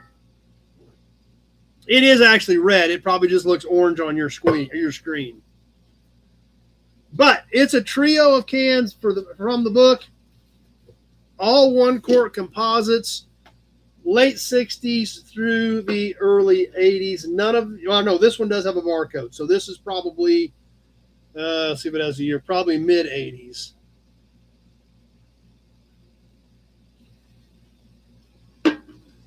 So anyway, all 3 of them. Yeah, we do need to make some room in here. There's no doubt about it. All 3 of them on a one-shot deal. Actually, I have to put one of these down because I have to write. So, who's starting us off? 20 with Motor Mark. Let me get the timer to open back up here. Get it started. Away we go.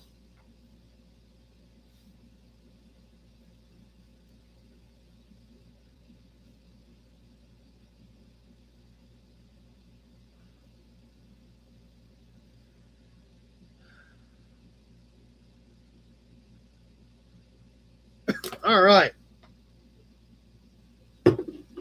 Motor Mark at 20. 40 with Dennis Chapman. 30 seconds gone. All 3 of them one-shot deal. If I have to ship, I will have to drain them, and I will drain them from the bottom so that the tops stay intact.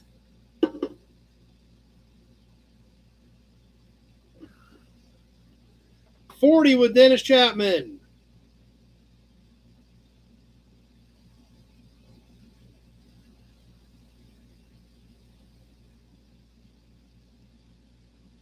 One minute gone. 30 seconds left to go.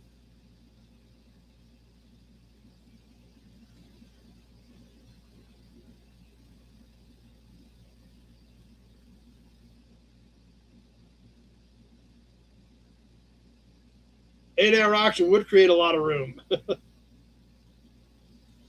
Getting ready to wrap this up. Dennis at 40. Kevin at 42.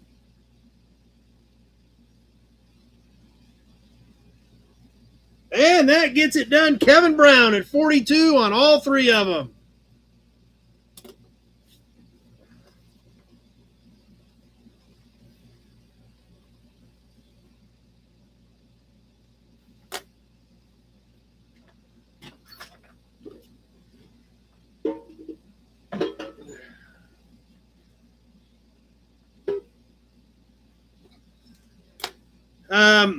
You guys want to do a couple cans from Iowa Gas? I actually did bring.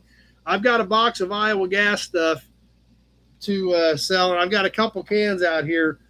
But obviously, these are pretty decent cans, and obviously, I got pretty decent money in them. So, if you guys are interested in starting with a few of those tonight, we can do some of those.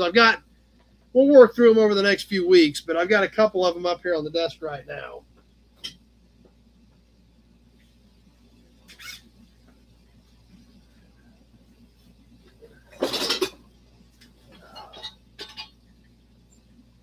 Oh, here, these are always fun.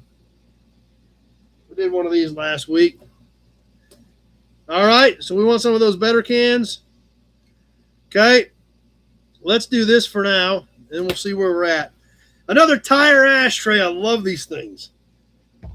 I'm glad I came up with some more. I pulled some out of the pile for me, but I do have a handful of these we're going to be seeing over the next several weeks. BF Goodrich Lifesaver Radial from New Orleans.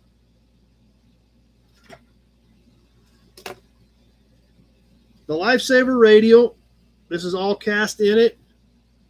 Pretty common soft street tread.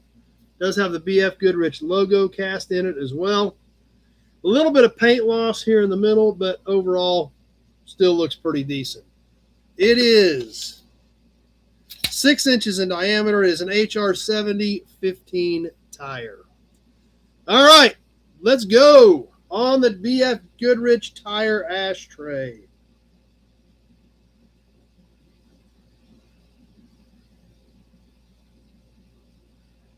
$10, $20.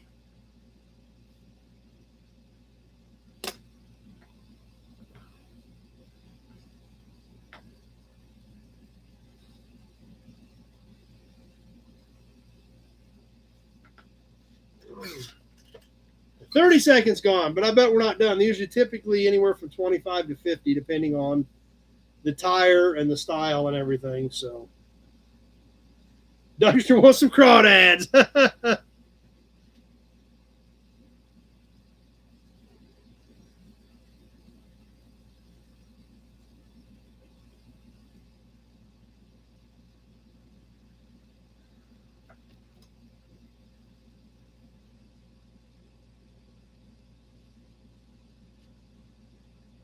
One minute gone.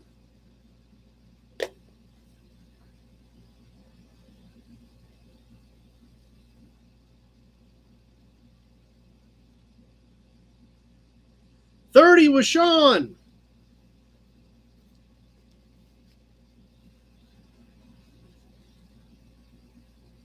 Couple seconds left. Let's see what happens. And that gets it done. Kevin comes in at 131 with a $32 bid, but it was Sean at 30 at the 90-second mark.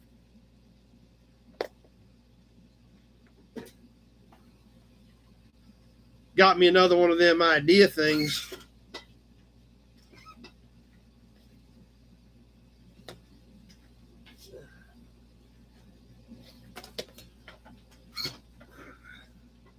How about this? We're going to do a flash auction, but there's no envelope. And it's half the size, half the time. 30 seconds. 30 seconds. Go. 6,000 miles. Why does it say 6,000 miles? I don't know. But it's 30 seconds. It is stamped. It is embossed. 20 with Dougster, but it's half a tag. It's half the time. 30 seconds is all you got. Get in or get out. 10 inches wide. 3 inches tall. 20 with the Dougster. We're just about ready to wrap it up. What's going on, people? 20 with Dougster. 25, 21. And Sean at 25. Boom, that quick. Sean at 25, and we're done. I don't know what this means. It literally says 6,000 miles. It's brand new. It come out of those new plates. Hey, there's Eric. But that's what it is. It's just a half a tag that says 6,000 miles on it.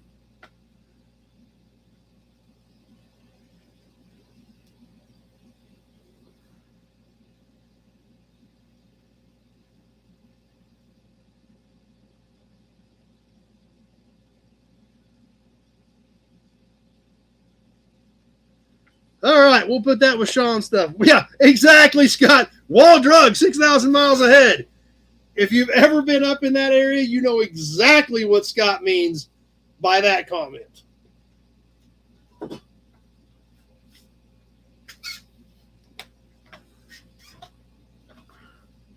All right, we'll start with a couple of these little cans from Iowa Gas.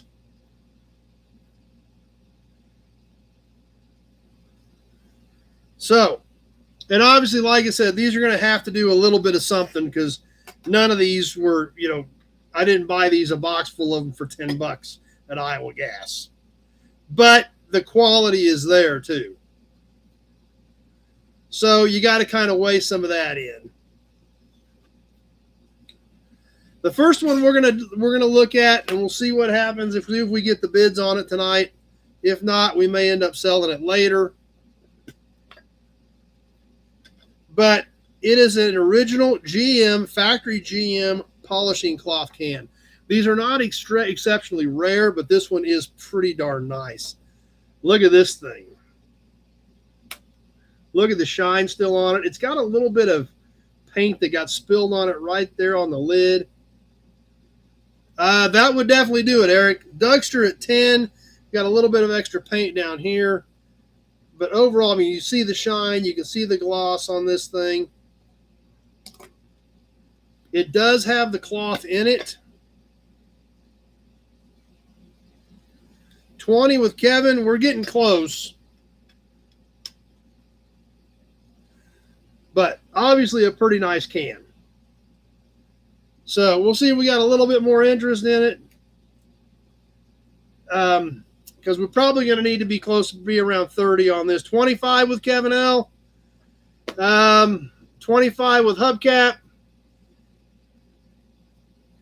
Should we go ahead and put it on the timer? I wanted to be at 30 before we started it. We're at 25. Should we go ahead and throw it on the timer and roll with it, see what happens? What do you guys think?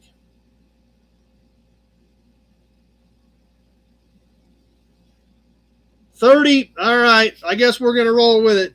Totally VW broke up the tie at 30. We're live and on the timer. I guess we're going to go ahead and sell it. That's pretty much the minimum of where I figured this thing had to be for as good as it is. But it is a nice can. I mean, I think you guys can see the shine on it. The colors are great. I'm about to talk myself into keeping it.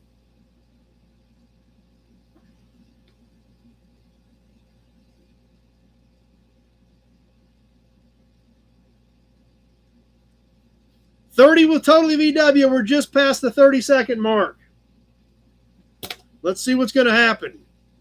It's probably not quite done at that anyway for this good, but we'll see.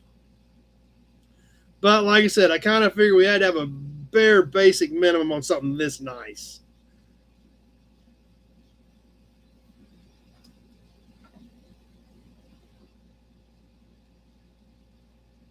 One minute gone. 30 seconds left to go. Totally VW at 30.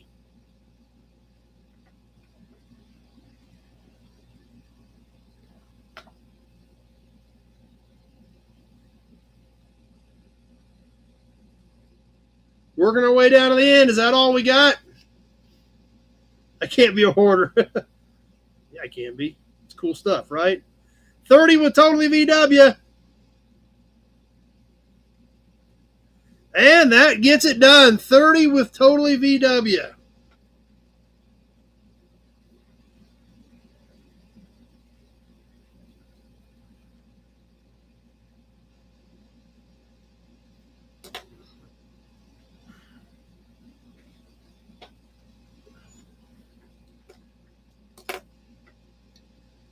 All right, we got another little can.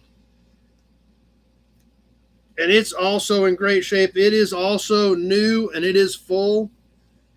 And probably need to be about 25 on it as well. This is a Champlin, which has the great logo on it. And it is a small upper cylinder lubricant can. Look at the gold on this thing. You see it as a steel can seamed right there, brand new. We'll have to drain it to ship it, obviously. But It is NOS. So, what do you guys think on this? Is there any interest in it? Okay. Eric's starting us off at 25. I guess we're going on it. On the Champlin upper cylinder lubricant.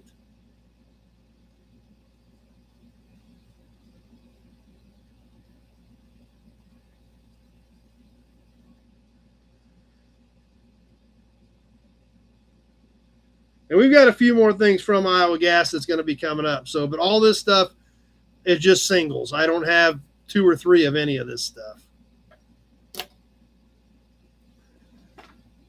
30 seconds gone.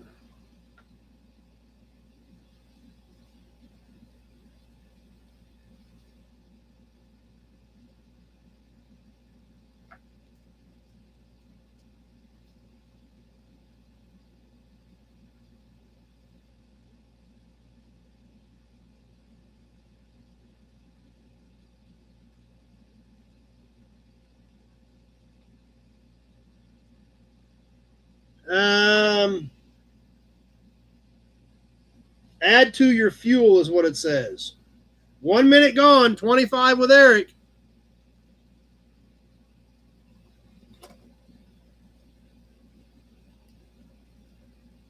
About ready to wrap it up. We got a little bit of time left. What's going to happen? Eric going to get out of there with this for 25, or is there some snipers out there?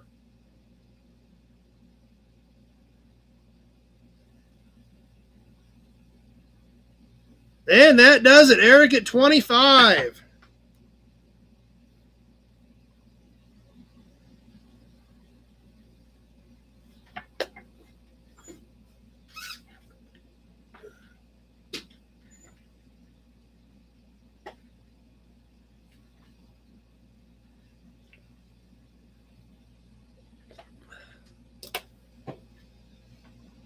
All right, let me reshuffle here.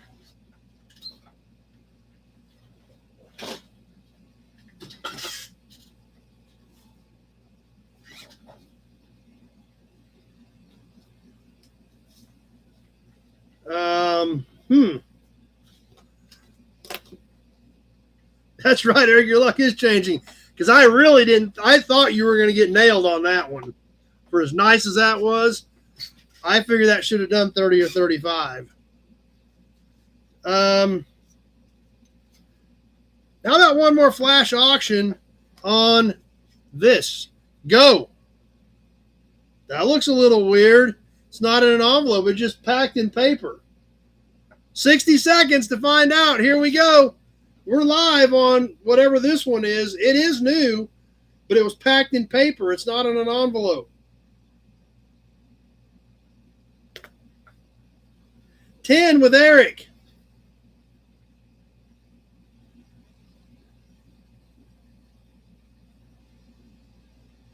28 with Ron. 15 with Motor Mark. We're just past the 30-second mark. We're just past halfway there. 28 with Ron. This one's just packed in paper. It's not in an envelope. It's something different, but it is new. 28 with Ron.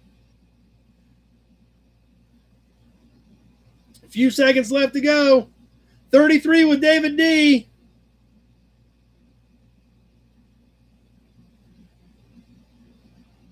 34 with Ron, and that does it. 34 with Ron.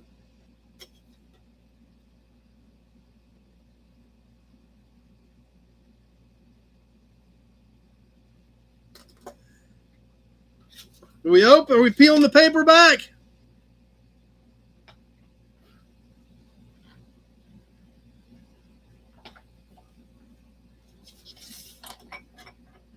Open. Okay.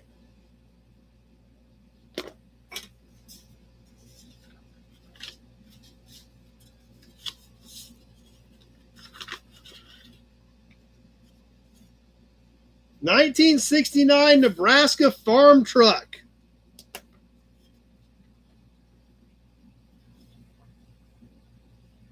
This one has a couple scuffs and scratches, probably since they were just packed in paper and they weren't in envelopes. Has the state, kind of the shape of the state like the Kansas ones. This all stamped in it. Farm, everything all stamped, and then it is printed with the reflective stuff. So kind of a cool piece.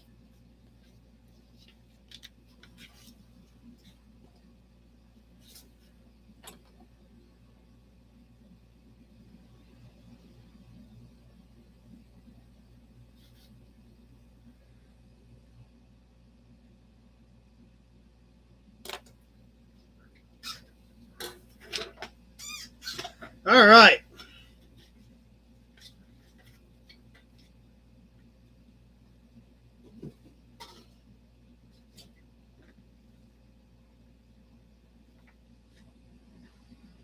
Let's see. Should we do one more thing or should we wrap it up tonight?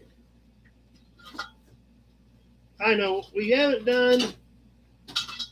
Let's do one more thing. We haven't done any badge bundles tonight. Let's do a badge bundle, and then we'll go ahead and wrap this up.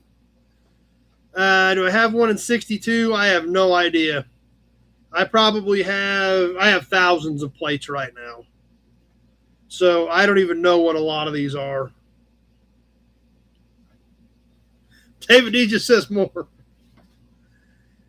What do you want? I got a badge bundle out. One more. I got a badge bundle if we haven't done one of those.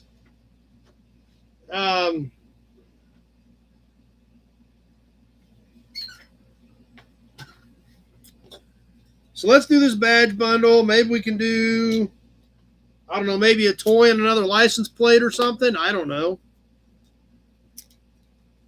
But let's do a badge bundle for our bow tie friends. We did a Ford one last week. Let's catch a bow tie one this week for our Chevy fans. And then we'll see what we want to do. So we still got a grease cap, a red line, and a bro sales brochure if we decide to do some of that tonight as well. But first off, bow tie badge bundle. Starting off with, whoa, hold up. Sanderson coming in with another supercharged super chat. Boom. Thanks, John Sanderson, for the, whoa, I'm going to break stuff here. Supercharged super chat. I got to gather up everything I knocked on the floor.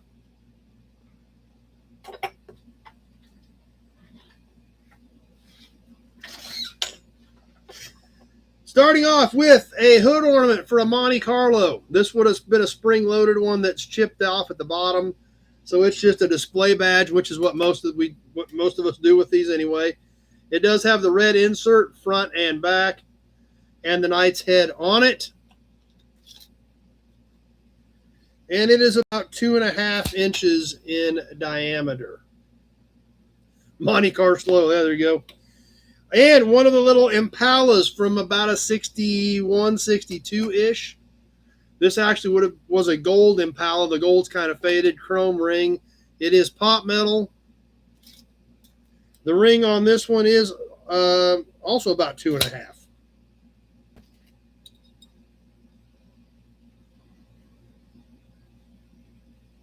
Okay. And one more. This is 67, 68 era Camaro. This would have been, I think, front fender. Pot metal, stud mount. And it is 6.5 inches long. The bow tie badge bundle. All three, one deal, and here we go.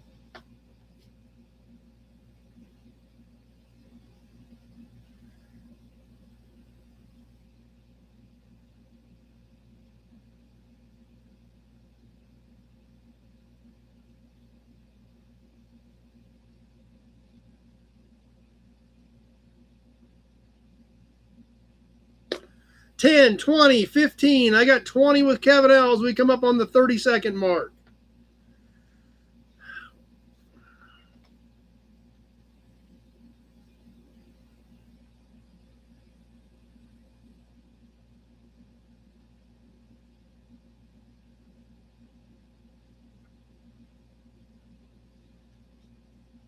$20 with Kevin L.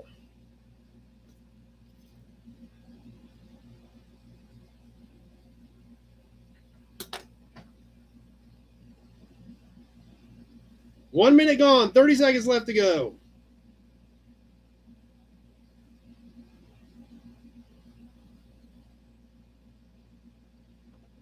$32 with Eric Roseberry.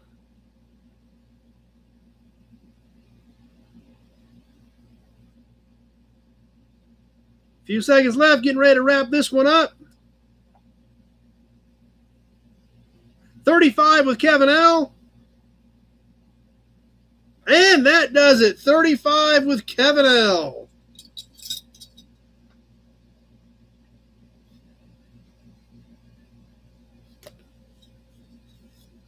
Eric came back with 36, just a hair too late.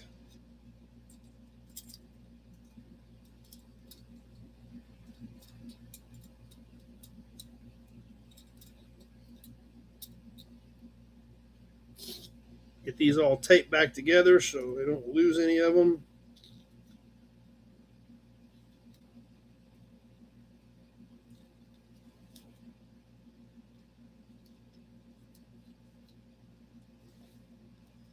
All right. What do you guys think?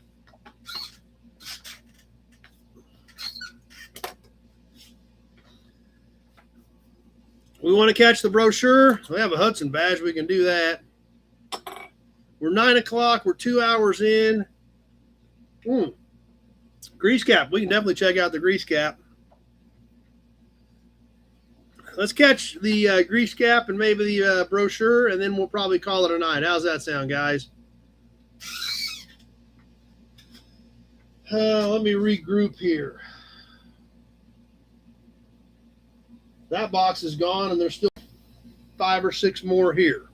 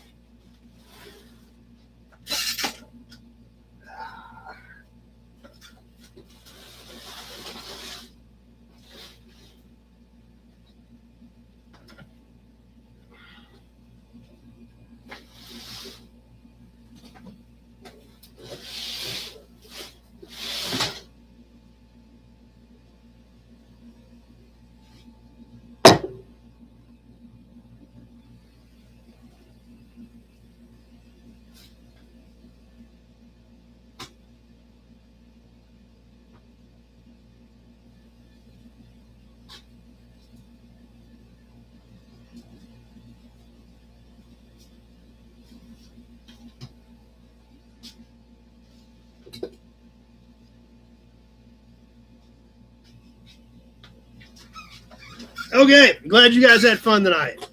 Hudson badge. I'll get that stuff sorted out. I've still got several pieces out there. They're just onesies that I haven't shipped yet. But I do have some of you guys who have got 2 or 3 things now. I'll get some of those going first of the week. So just so I'll bear with me.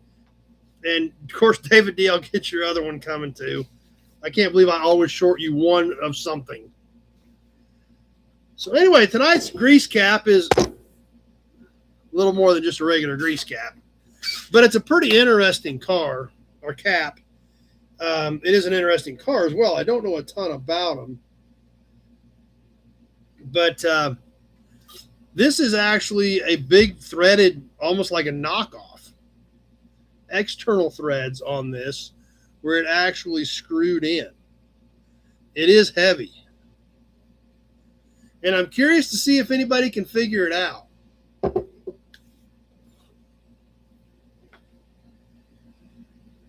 I understand, Sean. Glad you were able to jump on with us for a bit, and glad you guys were able to hang out and have a good time. It's always great when you're here. So appreciate it, even though I know you're busy. And Christine told me you guys have a ton going on right now. So I'm glad you were able to be with us for a while tonight. Anybody know what this one is? It's kind of an interesting duck.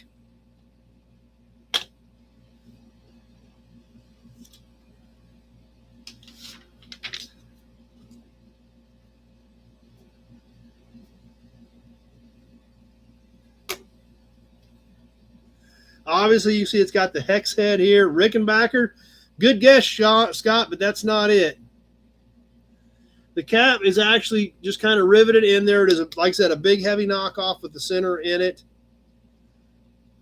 The Rickenbacker is a great guess. It's definitely something I would have thought of, but that wasn't it. I'm going to have to tell you here pretty quick so I can't hold it much longer. This is actually for a Roosevelt. I don't know if 45 would cover the shipping on this thing. This is a cap for a Roosevelt. Now, I don't know a lot about Roosevelts. I guess we could learn a little bit about Roosevelt's. I need to bring up this other site. But like I said, it's kind of a different car.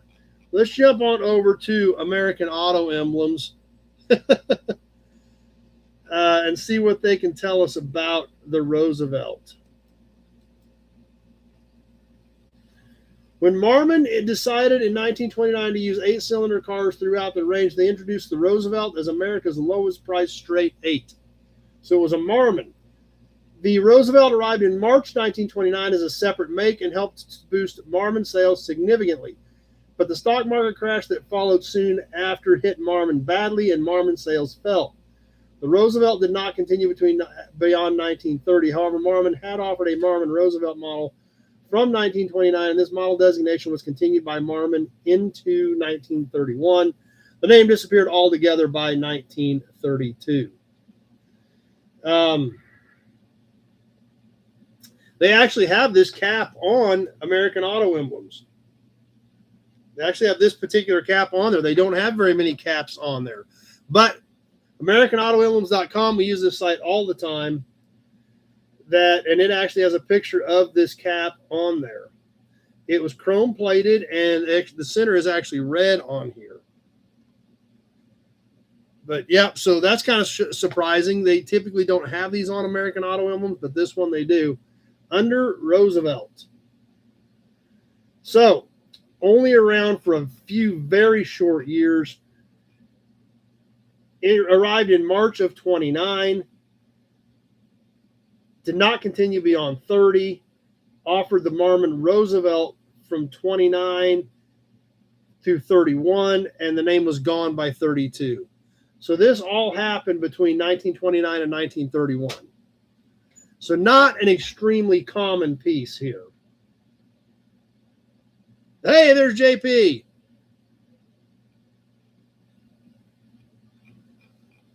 So definitely a different cap there.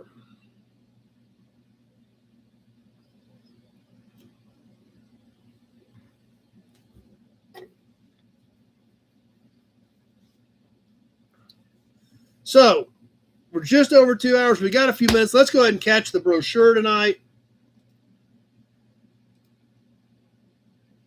And then we will call it a wrap. How's that sound, guys? It is big, actually. That's another good point, Eric. Let's go ahead and give you the dimensions on this thing. It's big and it's heavy. It's about 5 inches in diameter, and it is all cast. You see how thick this is? This is essentially a knockoff, so this had to be heavy enough to hold the wheel. And if you look at the picture on American Auto Emblems where it's actually holding the wheel on, this was a heavy-duty deal. Saw Roosevelt in a garage in Garfield in junior high. Wow. So it's kind of a beast. Across the hex, it's 3.5. So we're 3.5 across the hex, 5 overall on our Roosevelt cap.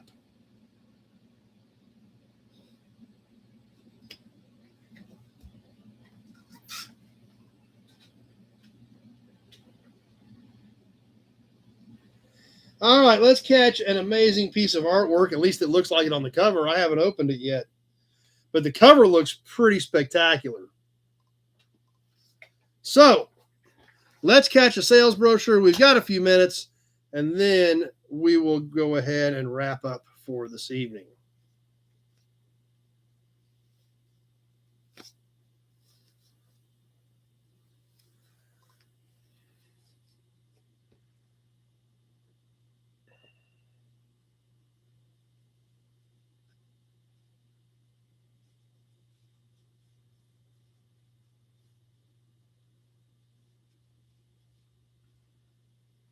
Okay. Tonight's brochure comes to us from 1953.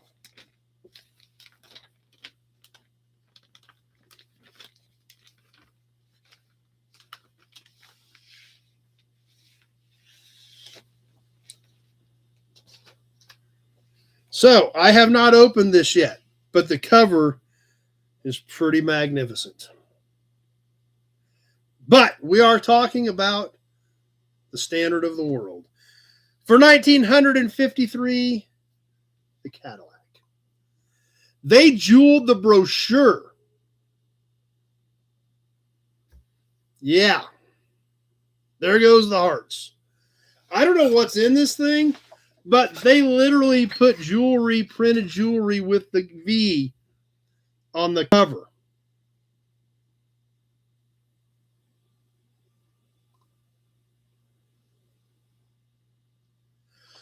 But there again, these mattered back then. You know, everybody just looks this stuff up on the internet anymore. I want to buy a new pickup. Back then, you went to the dealership. You gathered these brochures. You may have been looking at a Cadillac, a Lincoln, and an Imperial. That's the only one of these I got, John. You took these home.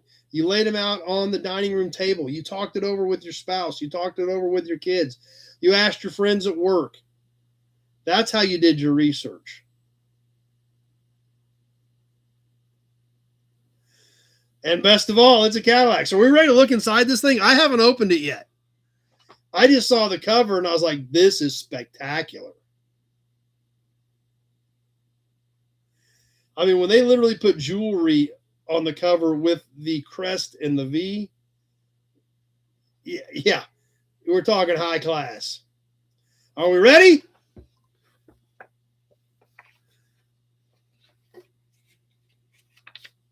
Oh, it folds open. Okay. It folds open like this. Okay, here we go. Let's see what we got to do here.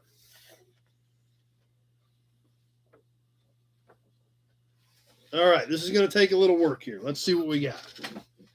All right, I'm going to hopefully get this in a position where you guys can see it. The motor car that begins a second half century of automotive leadership, featuring some of the greatest achievements in Cadillac history.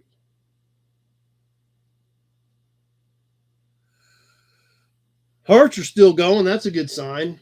And it folds open once more to the 60 Special.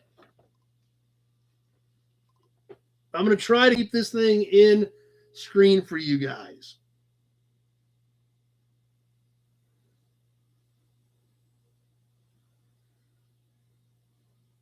It's very nice.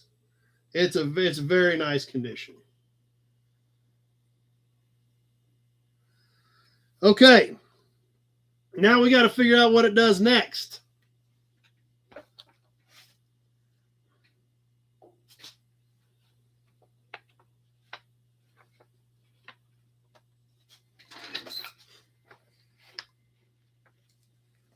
Okay, it goes this way. Here we go. Okay, I'm probably gonna have to stand up. Oh, but it's worth it. It's worth it. Okay, guys, are we ready?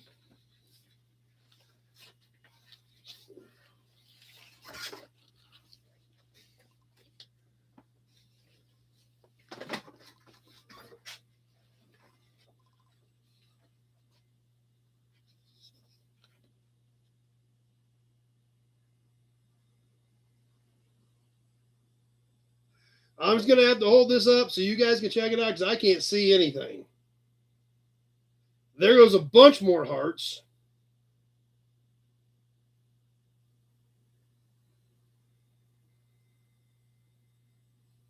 All right, let me see if I can kind of get finagled around here. Okay, the Series 62 and the Coupe, the Sedan, the Coupe de Ville, and the convertible, and the Series 75. Eldorado, Scott, is actually its own brochure. So this is all the Series 62 as well as the Series 75 limousine. So, and believe it or not, and a lot of people don't realize this, back in the 50s, at least in the early to mid 50s, not everything was automatically a Coupe de Ville. There was your regular coupe over here, and then the Coupe de Ville was actually a separate model under Series 62.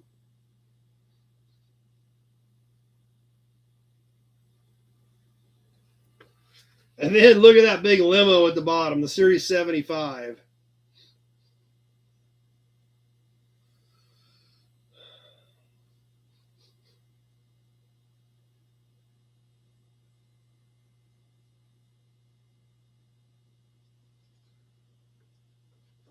So, quite a work of art. Now, just to give you guys an idea,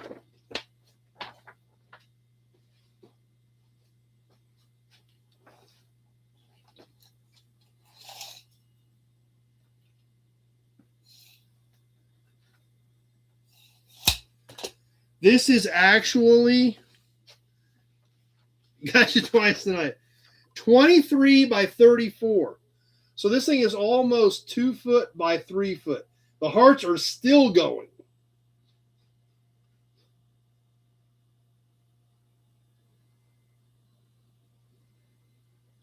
But remember, what did I just literally say?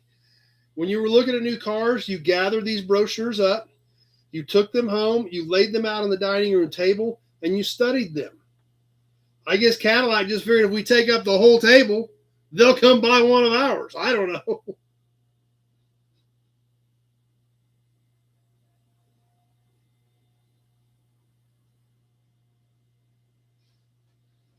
So let's close that back up. There's our engine and our dash we just saw. Back to the front cover. And then on the back cover, you are cordially invited to see, inspect, and drive the new standard of the world. And Scott, I've actually, believe it or not, I've got a secret to share with you.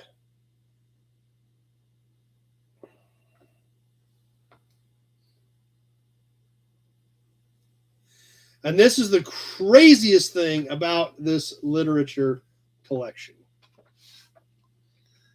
Now, like I said, I had not had this out. I didn't know it was a fold out till we just unfolded it. So, but back to Scott's point of El Dorado being next. Well, I kind of had a little bit of input into my comment that El Dorado was a separate brochure. I ain't no genius. I didn't, like I said, I hadn't looked at this. I didn't know it didn't have El Dorado in it. But when I dumped this one out of our envelope, as this slid out, the El Dorado brochure was under it.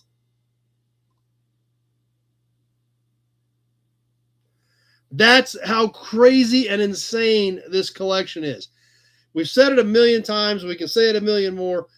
The fact that Carrie entrusted me with this to share it with you when he moved and said this collection needs to go somewhere, he entrusted me and Addie with it. And the fact that we get to share it with you is crazy. But yeah, this is how I knew El Dorado was a separate brochure. I literally just saw it as this one slid out of the packet.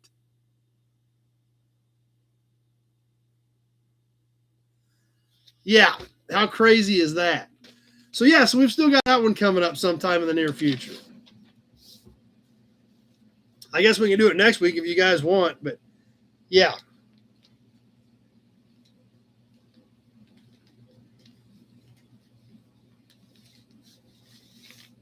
Because this was in here like this. And when I had it like this, I started just kind of shaking it out here, got a hold of it, started sliding it out, and I was like, oh, there's something underneath it. There's the El Dorado.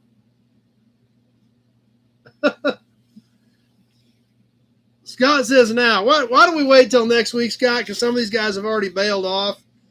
But we can definitely plan on it next week. But yeah, it's like, but that's the depth of this collection that Carrie put together and entrusted us with. And it was just like, wow. I mean, it just, you slide that out and there's something that amazing underneath it.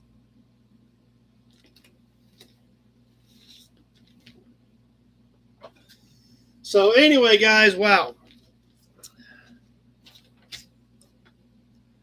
That was pretty cool. Pretty fun to see that. So let's wait until next week, Scott. We're over 215, almost 220. So yeah, we'll save it for next time. It's pretty cool. So at least I think it is. I haven't looked at it either because I just seen it. But I know, we're well after 9 here, which puts it well after 10 for our guys back east. So we'll probably go ahead and call it a night.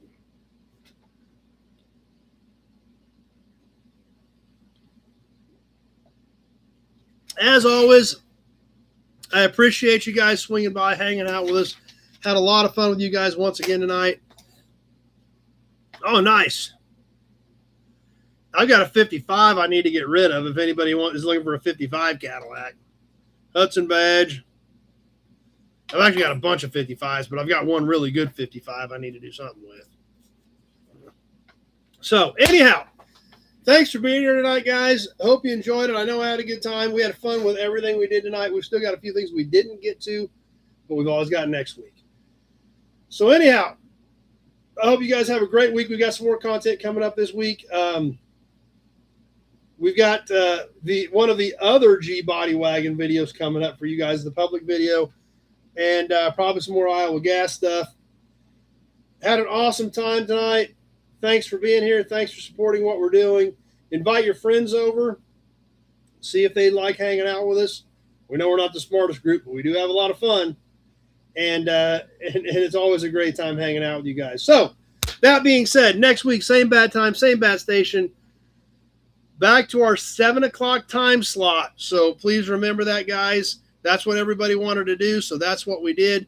Back to that 7 o'clock time slot for the Nobody Show Gearhead Interactive Live Chat. Have a great week, everybody. Stay tuned for no more new videos. We will see you next